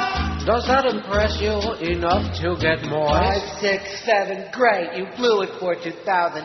I want to take a little sneaky peeky when guys try to take a leaky. I only ask to help give it a shake. Just a little sneaky peeky to see if they're small or beefy. And by the way, I deny that I'm gay. We can do it in the toilet. Yes. We can do it on the sink. Absolutely. I think that you're a sexy boy. Let's turn Idaho from red to pink. Poor Larry, man, they just won't stop picking on him. 101 at 560. Why should we bother with him when we got O.J.? Court hearing scheduled until tomorrow morning, where his attorney says he will argue to have O.J. Simpson released on his own recognizance. The judge in the case saying they considered O.J. Simpson a flight risk, and that's why he is being held. You know what the irony of this all is? This is all going on in Vegas, okay? Now, I don't know if you were with us on that particular trip. You may have I was. Mr. Sinal, we talk all the time about how we were both watching it in our hotel rooms. We were in Vegas, watching on our hotel rooms. Fat Rich was there telling everybody, oh, he's already dead. They found him on the side of the road in the Bronco dead. You know, crap like that. Shouldn't pick on Fat Rich, he's dead, you know. Right. But he had a habit of talking crap. But at any rate, so we were in Vegas while that was going on in L.A., you know. Mm-hmm. Now he's in Vegas and everybody else is someplace else. Unless they're in Vegas. See what I'm saying? In other words, what goes around comes around. Now, wouldn't it be something if he got on the highway in Vegas in like a white Ford Bronco after they, if they bail him out, and just hauled ass? You know, I believe that it was a setup. It's very obvious that Thomas Ricci, you know, had intentions to set O.J. up. No question about it. I mean, you know, it's easy to set anybody up to go into a hotel room with 3 or 4 thugs with guns, you know, brandishing, and say, hey, give me my crap, you mother, you know, like that. Mm-hmm. Up against the wall, right? Right. Sounds like a setup to me. He didn't know nothing wrong was going on.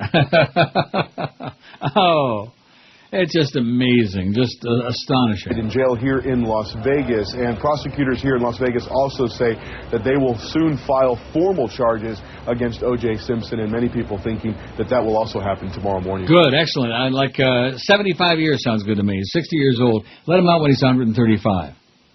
Sounds if great. You want. And guess what? Put him in solitary so they can't get to him, because I want him to rot in there on the inside. I take back what I said yesterday about, you know, having them do a Father Gagan to him or whatever, or a Jeffrey Dahmer. Mm-hmm. Just let him stay in there forever and rot. Sounds good. It sounds like a plan. 1289, we need only 11 votes for 1,300. I think you got the 1,350 made. I could have said 1,400, Chris, but that would have been a little unrealistic, don't you think? 1,400? No, who knows? Let's What? shoot for it. Let's go for it. Shoot for what? Shoot for the sky? You're a crazy person. Why don't we count the ones that we gave the footy, too? Well, we don't know how many there are. We'll make it up. His poll doesn't show you how many votes there are because it's too embarrassing. It's like the QAM poll, you know. In fact, they aren't doing that anymore, are they? Didn't Josh Cordes come in there like this morning for about 5 seconds and say hi to me and like disappeared? I dreamed that. George was in the crapper. Well, you then there, Chris? I can't vouch for that then. Maybe, I don't know. Maybe, I don't know? That was hours ago. You're worse than I am. You're more senile than I am. There's the QAM website. Oh, the Neil Rogers Show. Look at that picture. What kind of a picture is that? With those thick old glasses? I don't wear glasses like that. No mo. What is that? I don't know. Old crap. picture? And the Redskins won again. How do you like that? That proves the Dolphins must be really great because it took overtime for the Redskins to beat the Dolphins. Exactly. Am I right? And they beat the Eagles. I don't see any poll on there. Let's see. Poll, like, is the QM website so much better because Josh Cordes is doing it, or do you want to see Josh's girlfriend naked or stuff like that? Yes. You Yeah. just put one option on that poll. There's a picture of Trent Green looking really old and bad, by the way. Like his skin is all shiny. That's what happens to guys when they get to be like that age, you know, late 30s, 40s. Their skin gets shiny. And I'm not sure about their hiney. 1292, though, on the poll. We're going almost to 13. So you want to shoot for 1,400 votes? You're a crazy person. But we'll do it. Maybe the audience will come through for us. They sure didn't come through on the Freepin that footy poll. I don't think they did. And we don't have any way of knowing. Maybe he was just getting a lot of support there, you know. Or maybe he was tapping out a bunch of votes because obviously he was listening, which I'm sure he's doing right now. Hey, Footy, guess what? You still suck. After reading the list of phenomenal guests he had on there, and they go, oh, my God.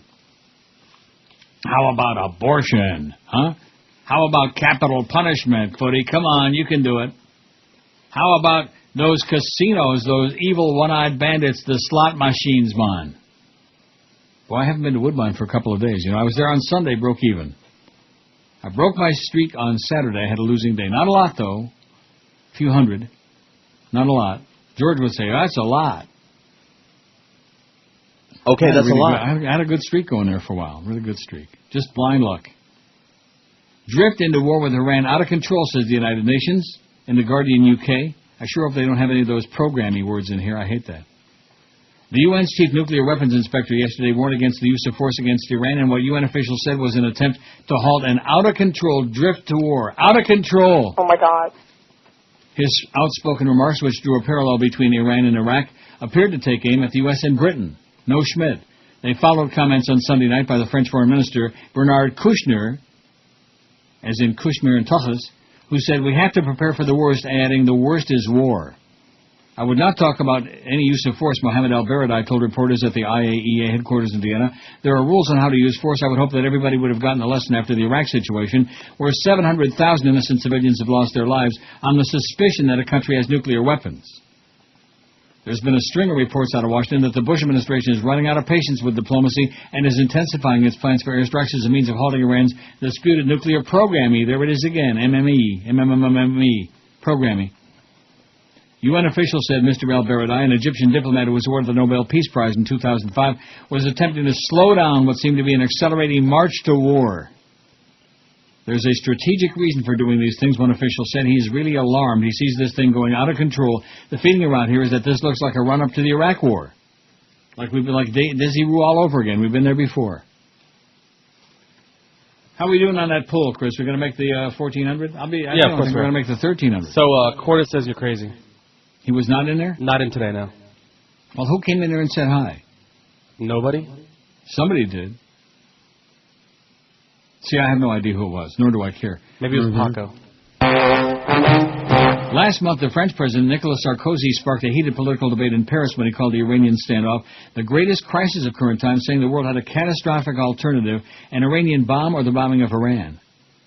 Following Mr. Kushner's comments, Tehran yesterday denounced France's stance on the nuclear issue, which has toughened since Mr. Sarkozy's election in May. Iran's state-owned news agency published an editorial accusing Paris of extremism and pandering to Washington.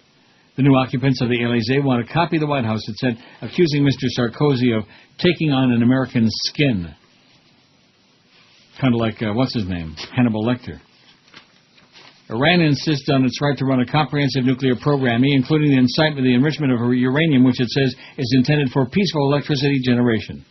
The U.S. has called a meeting of senior European and Russian officials in Washington this Friday to discuss the deepening crisis over Iran. Britain, the U.S., and France are likely to push for more sanctions over Iranian defiance, while Russia and China are expected to resist, pointing to a deal Mr. al-Baradei struck with the Iranian government last month, in which Tehran agreed to answer unresolved questions over its nuclear programming.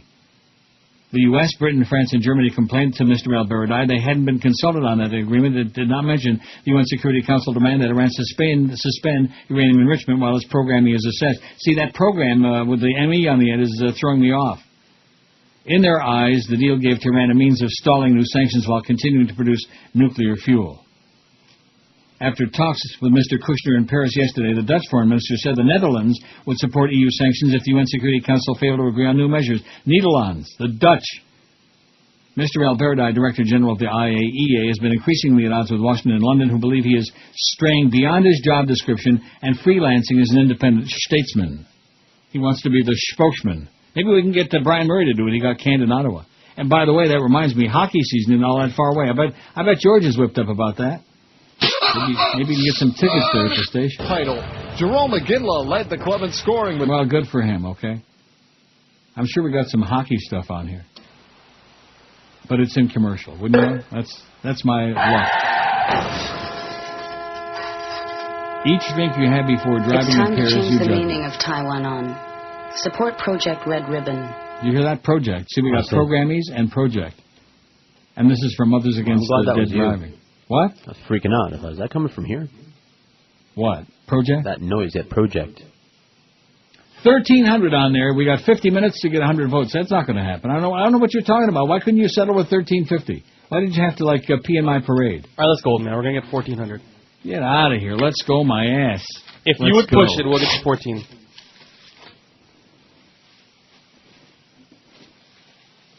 I think that Footy can get 14 votes.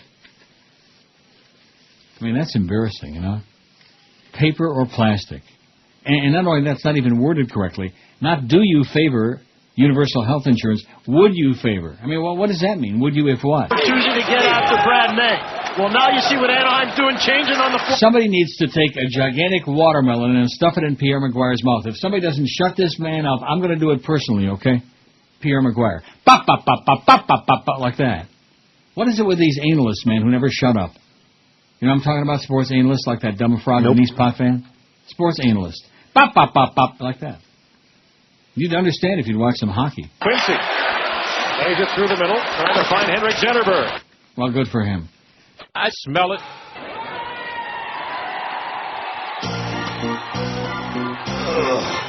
Just one shot'll do it. Right there. Shoot me up for the ball game. Pump me up with the roids. Alright. So I'll have small nuts and a face that's cracked. I got tumors growing on my back, but I'll shoot some more steroids for the first spring training game. 'Cause how else could I join Barry Bonds in the Hall of Fame? 117 at 560 WQAM. South Florida drivers spend 50 hours a year stuck in traffic. That means you guys ought to be riding the Metro Rail. Oh, yeah. Of course, it's nowhere near your house, but nevertheless. Well, that's just, an excuse. What about you, Chris? You live anywhere near the Metro field? You're in Dade County. No. Well, why not? Because I don't. I think everybody should move, by Shorty's there, right by Shorty's on Dixie Highway. Hey, yeah, why not?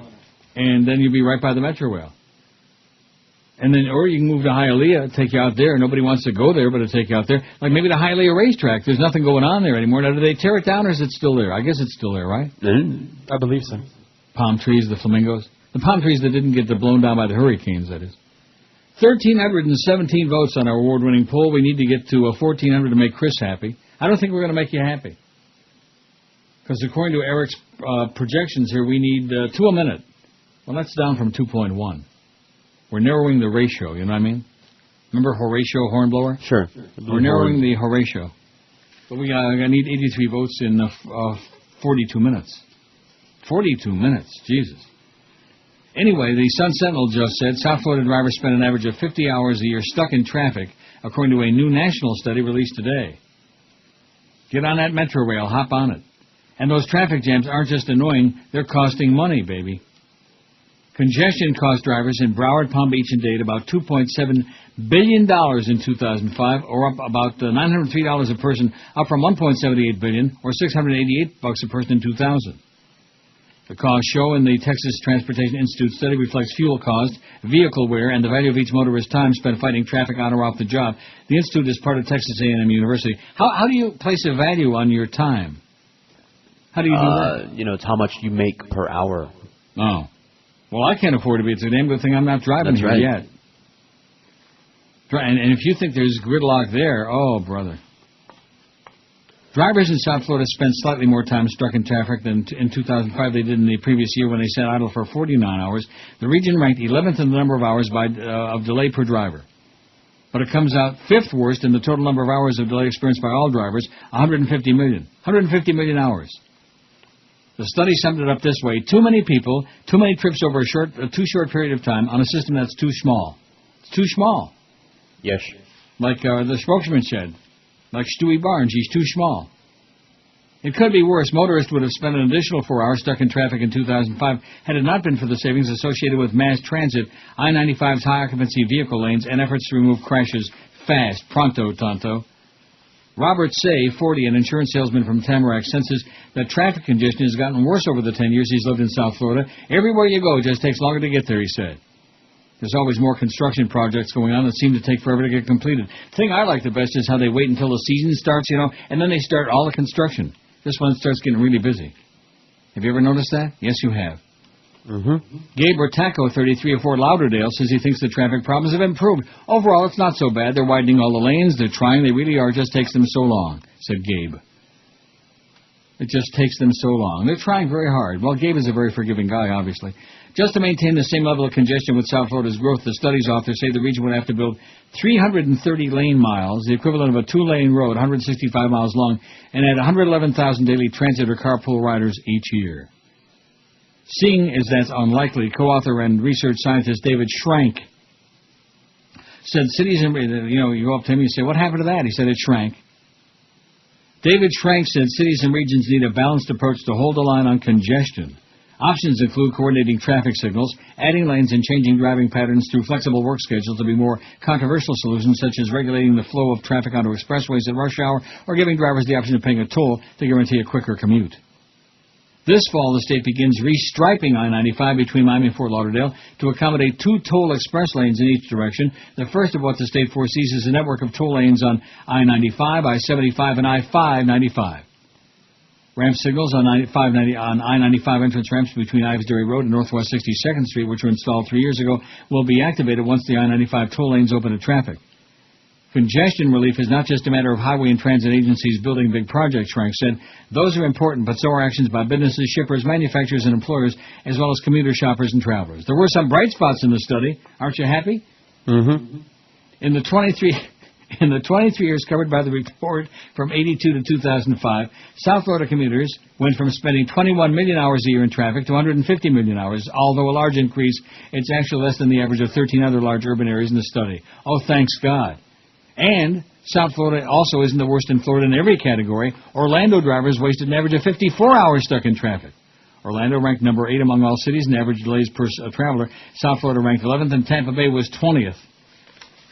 You know, one thing about Tampa, I don't know how much driving you've ever done over there, but when the light changes and nothing happens. The light changes and you're like 600th in line, waiting to, and it doesn't go anywhere.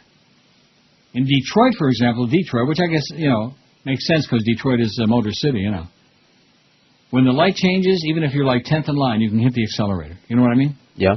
Because everybody goes. I'm not saying they're running the light. That's one thing they don't do here that they do there. Like when you're going from Hiatus or one of the side streets onto Sunrise, for example, you better count to like 3 or 4. 1. You tap your feet like Larry Craig. 1, 2, like Lawrence Welk. 3. Before you, just because your light turned green, because there are bound to be people on the main artery there on Sunrise or a lot of those streets running the light, So unless you want to get killed by somebody going 100 miles an hour, some punk who's running the light, you better just watch it. Take it slow. Look this way, look that way, and look dumb. But here they don't run the light because they're too polite, I guess. Very seldom you see that happening. Isn't that comforting? Sure, why not? Well, especially now I'm going to be getting my new car in a couple of days. You're not going to want me hit by some crazy bastard running a light. And then another thing here is that too damn many pedestrians, too many people here. 5 million people. You know what I mean? No, what do you mean? I don't know. It's just congested. It's like everywhere is congested. What are you going to do? Build a highway next to everybody's house? It's like building a stadium next to everybody's house. Oh, that stadium, it's no good. Here's a stadium that is right at the county line of the 2 most populous counties of the entire state, in Dade and Broward counties. Hey, right at the county line. I could be wrong about that. I'm not sure how many Hillsborough's got. Well, regardless, they're a bunch of yahoos anyway. Oh, that's a terrible location, Neil, that stadium. Yeah, right. 1332, Chris, and your take is what? 2 aspirin, take 2 and call you in the morning? Something like that. 2 votes a minute in the next 36 minutes to make it to 1400. And if we do it then, Footy's going to be sitting on a street corner somewhere with his head in his hands, bawling like a child. Hey everybody, I'm Brownie Brown, accountable for everybody drowned that drowned. As a human being, I'm a big disappointment, but I got a brown nose and I knows where to point it. There was no rush to get them saved. They don't vote Republican anyway. I did everything I possibly can to show my support for the Ku Klux Klan. Oh, what a job I had as the rector of FEMA, when I ain't much more than a weaselly schemer and a clueless son of a bitch. Yeah. Gets his kicks, brown nose in the ridge. Gets his kicks, brown nose in the ridge. New Orleans is wiped out and gone, but W said I did one heck of a job, and it sure pays off to be a crony and another white-pasty Christian phony. The National Guard is down there now, with orders just to get the press out of town. Everybody go home, there's nothing to see. Everything here is peachy keen. Oh, the hurricane gave us the big easy for neocon social engineering, like a giant Republican squeegee. Praise Jesus Bush, our Lord and King. Praise Jesus Bush, our Lord and King. I don't believe compassion's what we lack. It serves the right to hapless blacks, and you dissenters who say it's a national disgrace. They shouldn't have it black in the first place. This is no time to play the blame game, since we know that hurricanes are caused by gays who are not the right kind of homo. Like Scotty McClellan and Karl Rove, oh, we're achieving the American right-wing dream to make everybody white like me. And an ignorant son of a bitch who gets his job ground nose in the rich. Oh, how I miss petting my Arabian horses. I'd rather do that than watch floating corpses. I'm a negligent murderer now. And I'll keep going down to keep my nose brown. I'm a negligent murderer now, but I'll keep going down to keep my nose brown. Heck of a job, Brownie Hound. 131 at 560 WQAM. Happy Tuesday to you from all your paisans at QAM, whoever they are. We got 1,347 votes on Chris's award-winning poll. We need 53 in 29 minutes. What do you think? Under to a minute. We can do it. 1.9. Only a few folks get with it, man. Now, and of course, the topic there, that's the only thing anybody's talking about right now, right? Are they talking about Lindsay Lohan anymore? Or Britney being out of shape pig? No. Does OJ think he's above the law? That's right. Also talked with defense lawyer Mickey Sherman about the charges against O.J. Simpson. See, there you go. That's spontaneous, man. Mm-hmm. The whole world is talking about that, so we're right on top of it, as opposed to, do you think that Footy ought to be on the air 40 hours a day? Stuff like that. What a jackass. What an ego, man. Oh, please, beg me, please, beg me to come on. You know, they don't want you, okay? If IOD had any brains, they'd say, you know, Saturday is one day too many, but stick with it. 13:49, we're stuck at that. We need 51 votes in 28 minutes. Less than to a minute. And Eric's extrapolation says 1.9 still. I think that's, I don't know. How does that work? How does he do that? Math. 1350, we need 50 votes. Count them. Keep your eye on it, Chris. It's your poll, after all. It's your baby. Okay. Blackwater license being pulled in Iraq. The Iraqi government said yesterday it's pulling the license of an American security firm allegedly involved in the fatal shooting of civilians during an attack on the U.S. State Department motorcade in Baghdad. The Interior Ministry said it would prosecute any foreign contractors found to have used excessive force in the Sunday shooting.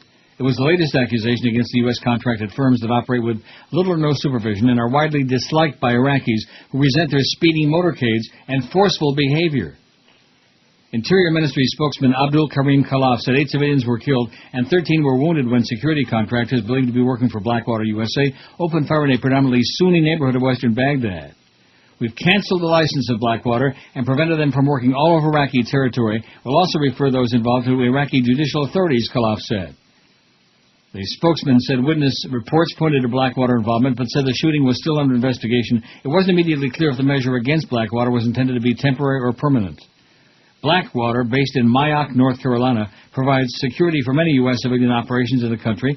Phone messages left yesterday at the company's office in North Carolina with a spokeswoman were not immediately returned to the AP. The U.S. Embassy said a State Department motorcade came under small arms fire that disabled one of the vehicles, which had to be towed from the scene near Nisour Square in the Mansour district. An embassy official provided no information about Iraqi casualties, but he said no State Department personnel were wounded or killed. He said on condition of anonymity because he wasn't authorized to speak to the media. He said the shooting was being investigated by the State Department's Diplomatic Security Service and law enforcement officials working with the Iraqi government and the U.S. military. Prime Minister Nouri al-Maliki late Sunday condemned the shooting by a foreign security company and called it a crime. Oh, when you shoot somebody, it's a crime?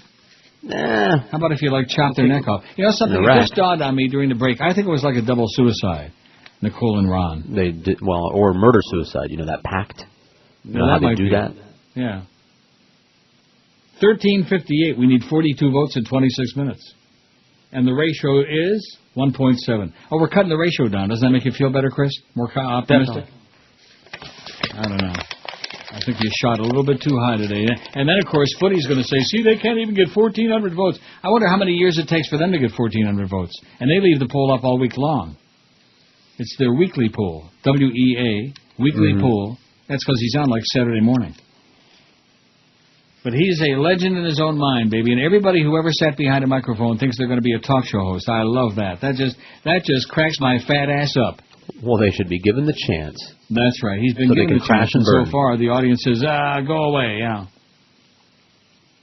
EU watchdog calls for urgent action on Wi-Fi radiation. Do you know about this? Nope. Europe's top environmental watchdog is calling for immediate action to reduce exposure to radiation from Wi-Fi, mobile phones, and their masts. It suggests that delay could lead to a health crisis similar to those caused by asbestos, smoking, and lead in petrol. See, here's the Brits again, the independent UK, in petrol. Not gas, right. Petrol my ass. Rhymes with gas. I'll go get a big tank.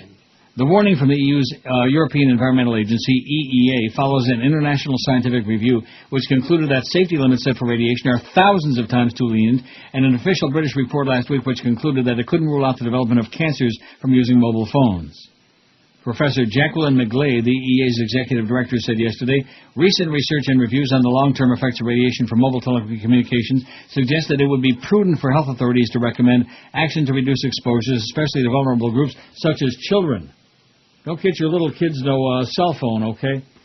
Everybody and their brother now is on a cell phone. They got it like glued to their ear, That's right. right? Yes. Yep.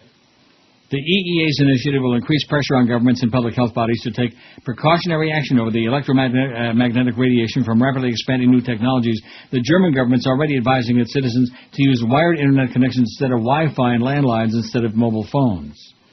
The scientific review produced by the International Bioinitiative Working Group of leading scientists and public health and policy experts says the explosion of new sources has created unprecedented levels of artificial electromagnetic fields that now cover all but remote areas of the habitable space on Earth, causing long-term and cumulative exposure to massively increased radiation that has no precedent in human history. Oh, my God. It says corrections are needed in the way we accept, test, and deploy the technologies in order to avert public health problems of a global nature.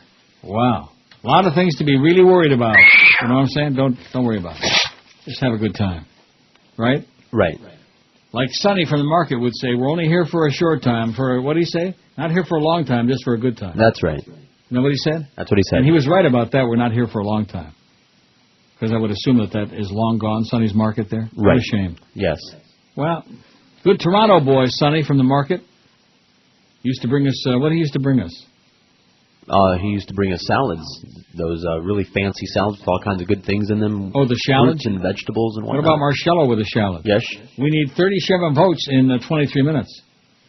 And the ratio on that looks like we need 1.7 a minute. There's John McCain, who's a crazy person. For many years, and the most important thing is that I am a Christian. And a crazy person. Well, at least he admits it anyway. I'll give him kudos for that.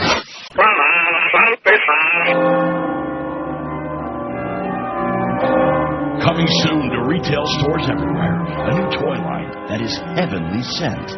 Introducing Jesus and the Bible Buddies. Jesus and the Bible Buddies are sturdy, tough action figures that let you live out your favorite moments from the Old and New Testaments. Old Testament favorites include John the Baptist, now with removable head. Moses, complete with stone tablets and burning bush stand-up kit. I've got the law of God in the palm of my hands. And don't forget the new Cain and Abel double pack. Cool, they're brothers. Then get set for all the adventures of the New Testament with a complete line of Jesus action figures. There's Breaking the Bread Jesus, complete with bread and wine substitute. Take and eat. This is my body of the new covenant, which is given unto Risen you. from the dead Jesus, with a glow-in-the-dark resurrection cape. I defeated Satan. And new this fall, it's Pull My String Jesus. Listen as our Lord and Savior recites well-known Bible passages. It is finished. Cool. It's like I'm right next to the cross. It's Jesus and the Bible Buddies. Collect them separately or get them in the Apostle 12-pack. Salvation not included. 143, 17 till 2. Boy, this is going to be really tense. Really tense. See, if you would have just stuck with my 1350, we got that with these. But no, not you. 1372. You need 28 and 17 minutes, which is like, I think we're back up to 1.8 a minute we need. Oh, boy. You see how that ratio is moving against us now? Because they're not coming in chunks. Oh, people better get on it. What? People better get on it. I think they are on it. I think that's the problem. They can't go vote while they're on it. Maybe if they get off it. Like Chris would say, come on, people. Let's play that song again. Come on, people. Let's gather around. Whatever. Smile on your brother. Yeah, smile on your brother and take a dump in his yard. Something like that. We need 28 votes on here on our NeilRogers.com. I don't see it happening. And it's about O.J. It's the O.J. poll.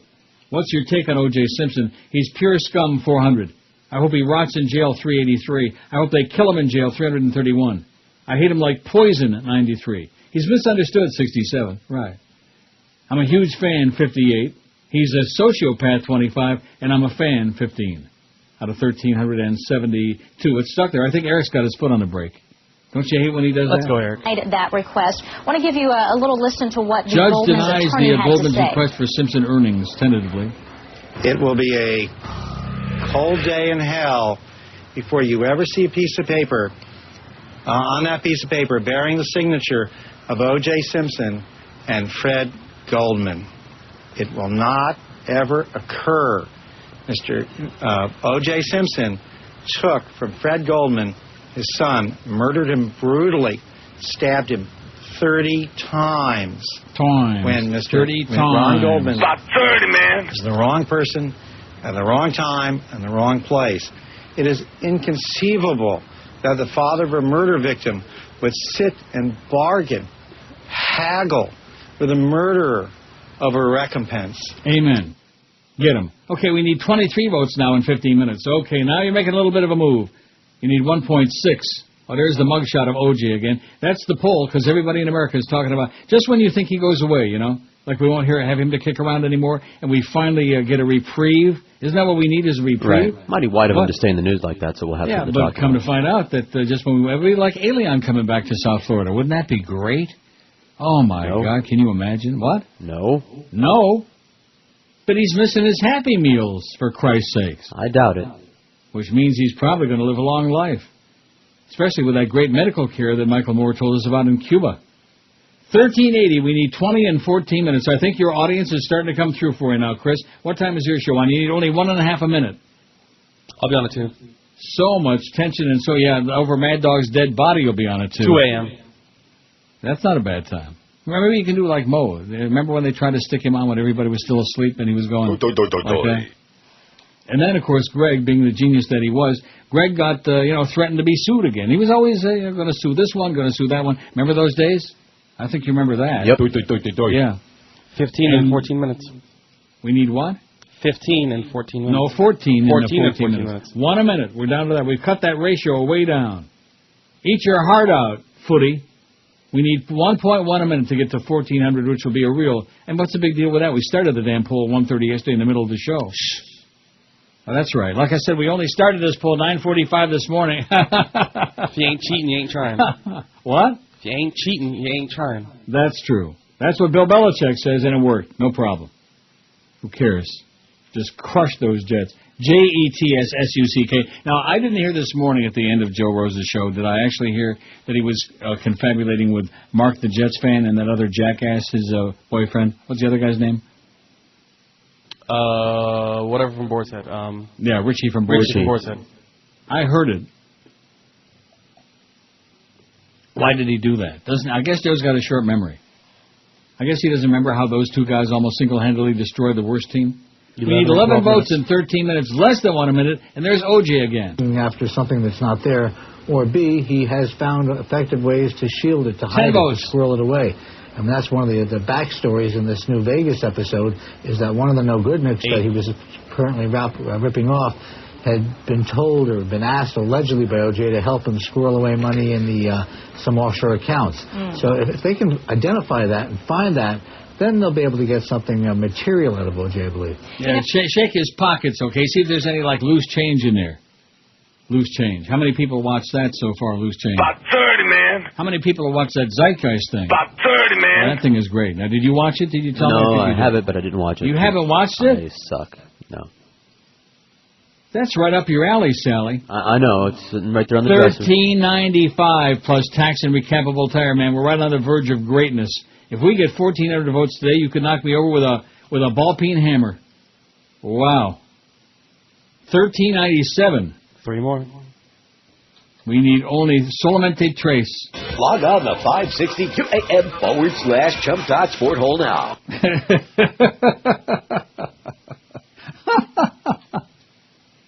Let me refresh it again. Boy, I'll tell you one thing. Going to have a lot of those Mad Dog yeses, those wild Mad Dog, just like till the end of the thing, till the last break.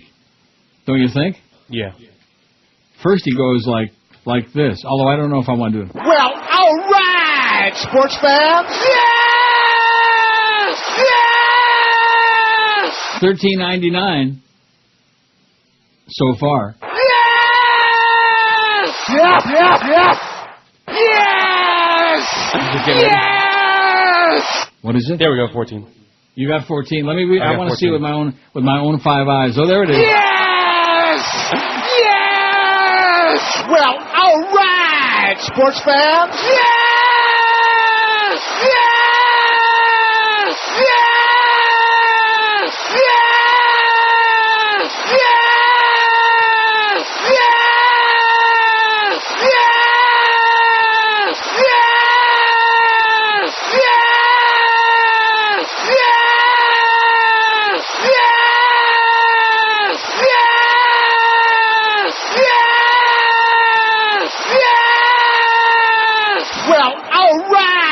sports fans? 1409. How do you like that? You jackass. Oh, excuse me.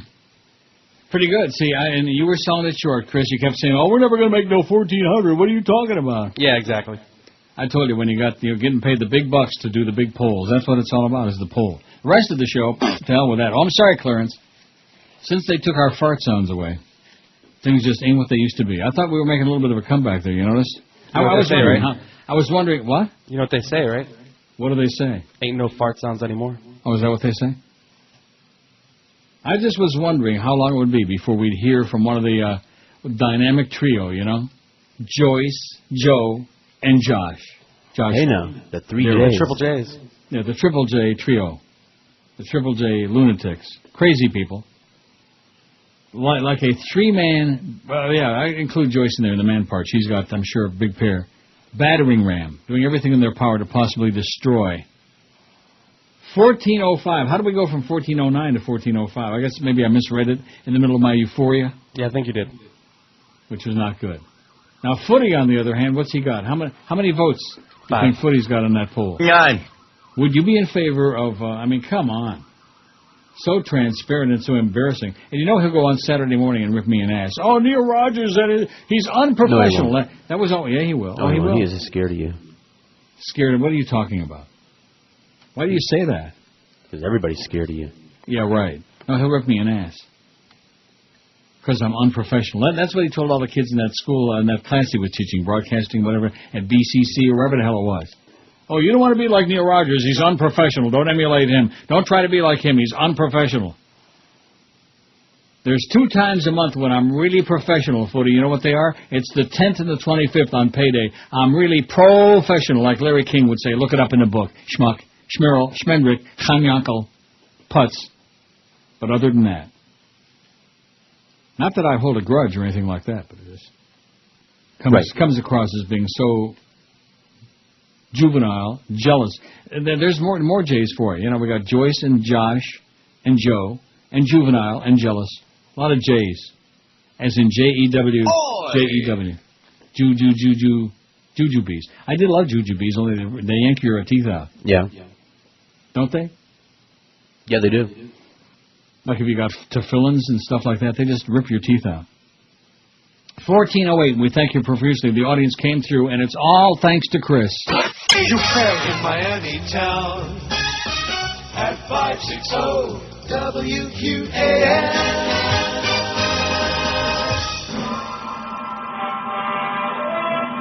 The ticket 790 radio presents The Geldy Show. Yeah, it's me, Geldy. Right here in your face. On the ticket. I got my own show. You better be careful, Neil. Management here is confident I'll smear the queer. The guy I sold my soul to assures me it ain't my last chance to be heard before I fade into oblivion. So there! Well. Here at 790, we want to appeal to a younger audience of sport holes. So, hi, boys and girls. Well, okay, hi, boys. Today, Uncle Geldy's going to teach us how to read the sports page. Okay, let's see, what we got here? We got, Dolphin training camp. And over here we got, there's a jock who's schwitzing over here. You should look over here. You can get all the statistics. There. Oh, look, we got a phone call. Hiya, Mo. I'm here to collect. Huh? It's time to pay up, you numbskull. You can't have my soul yet. I haven't even got I've made enough, see? You stink, pal. That's it. I'm taking your soul. You gotta give me a chance. I mean, I'm the voice of the pig. I'm drowning in the sea of sport.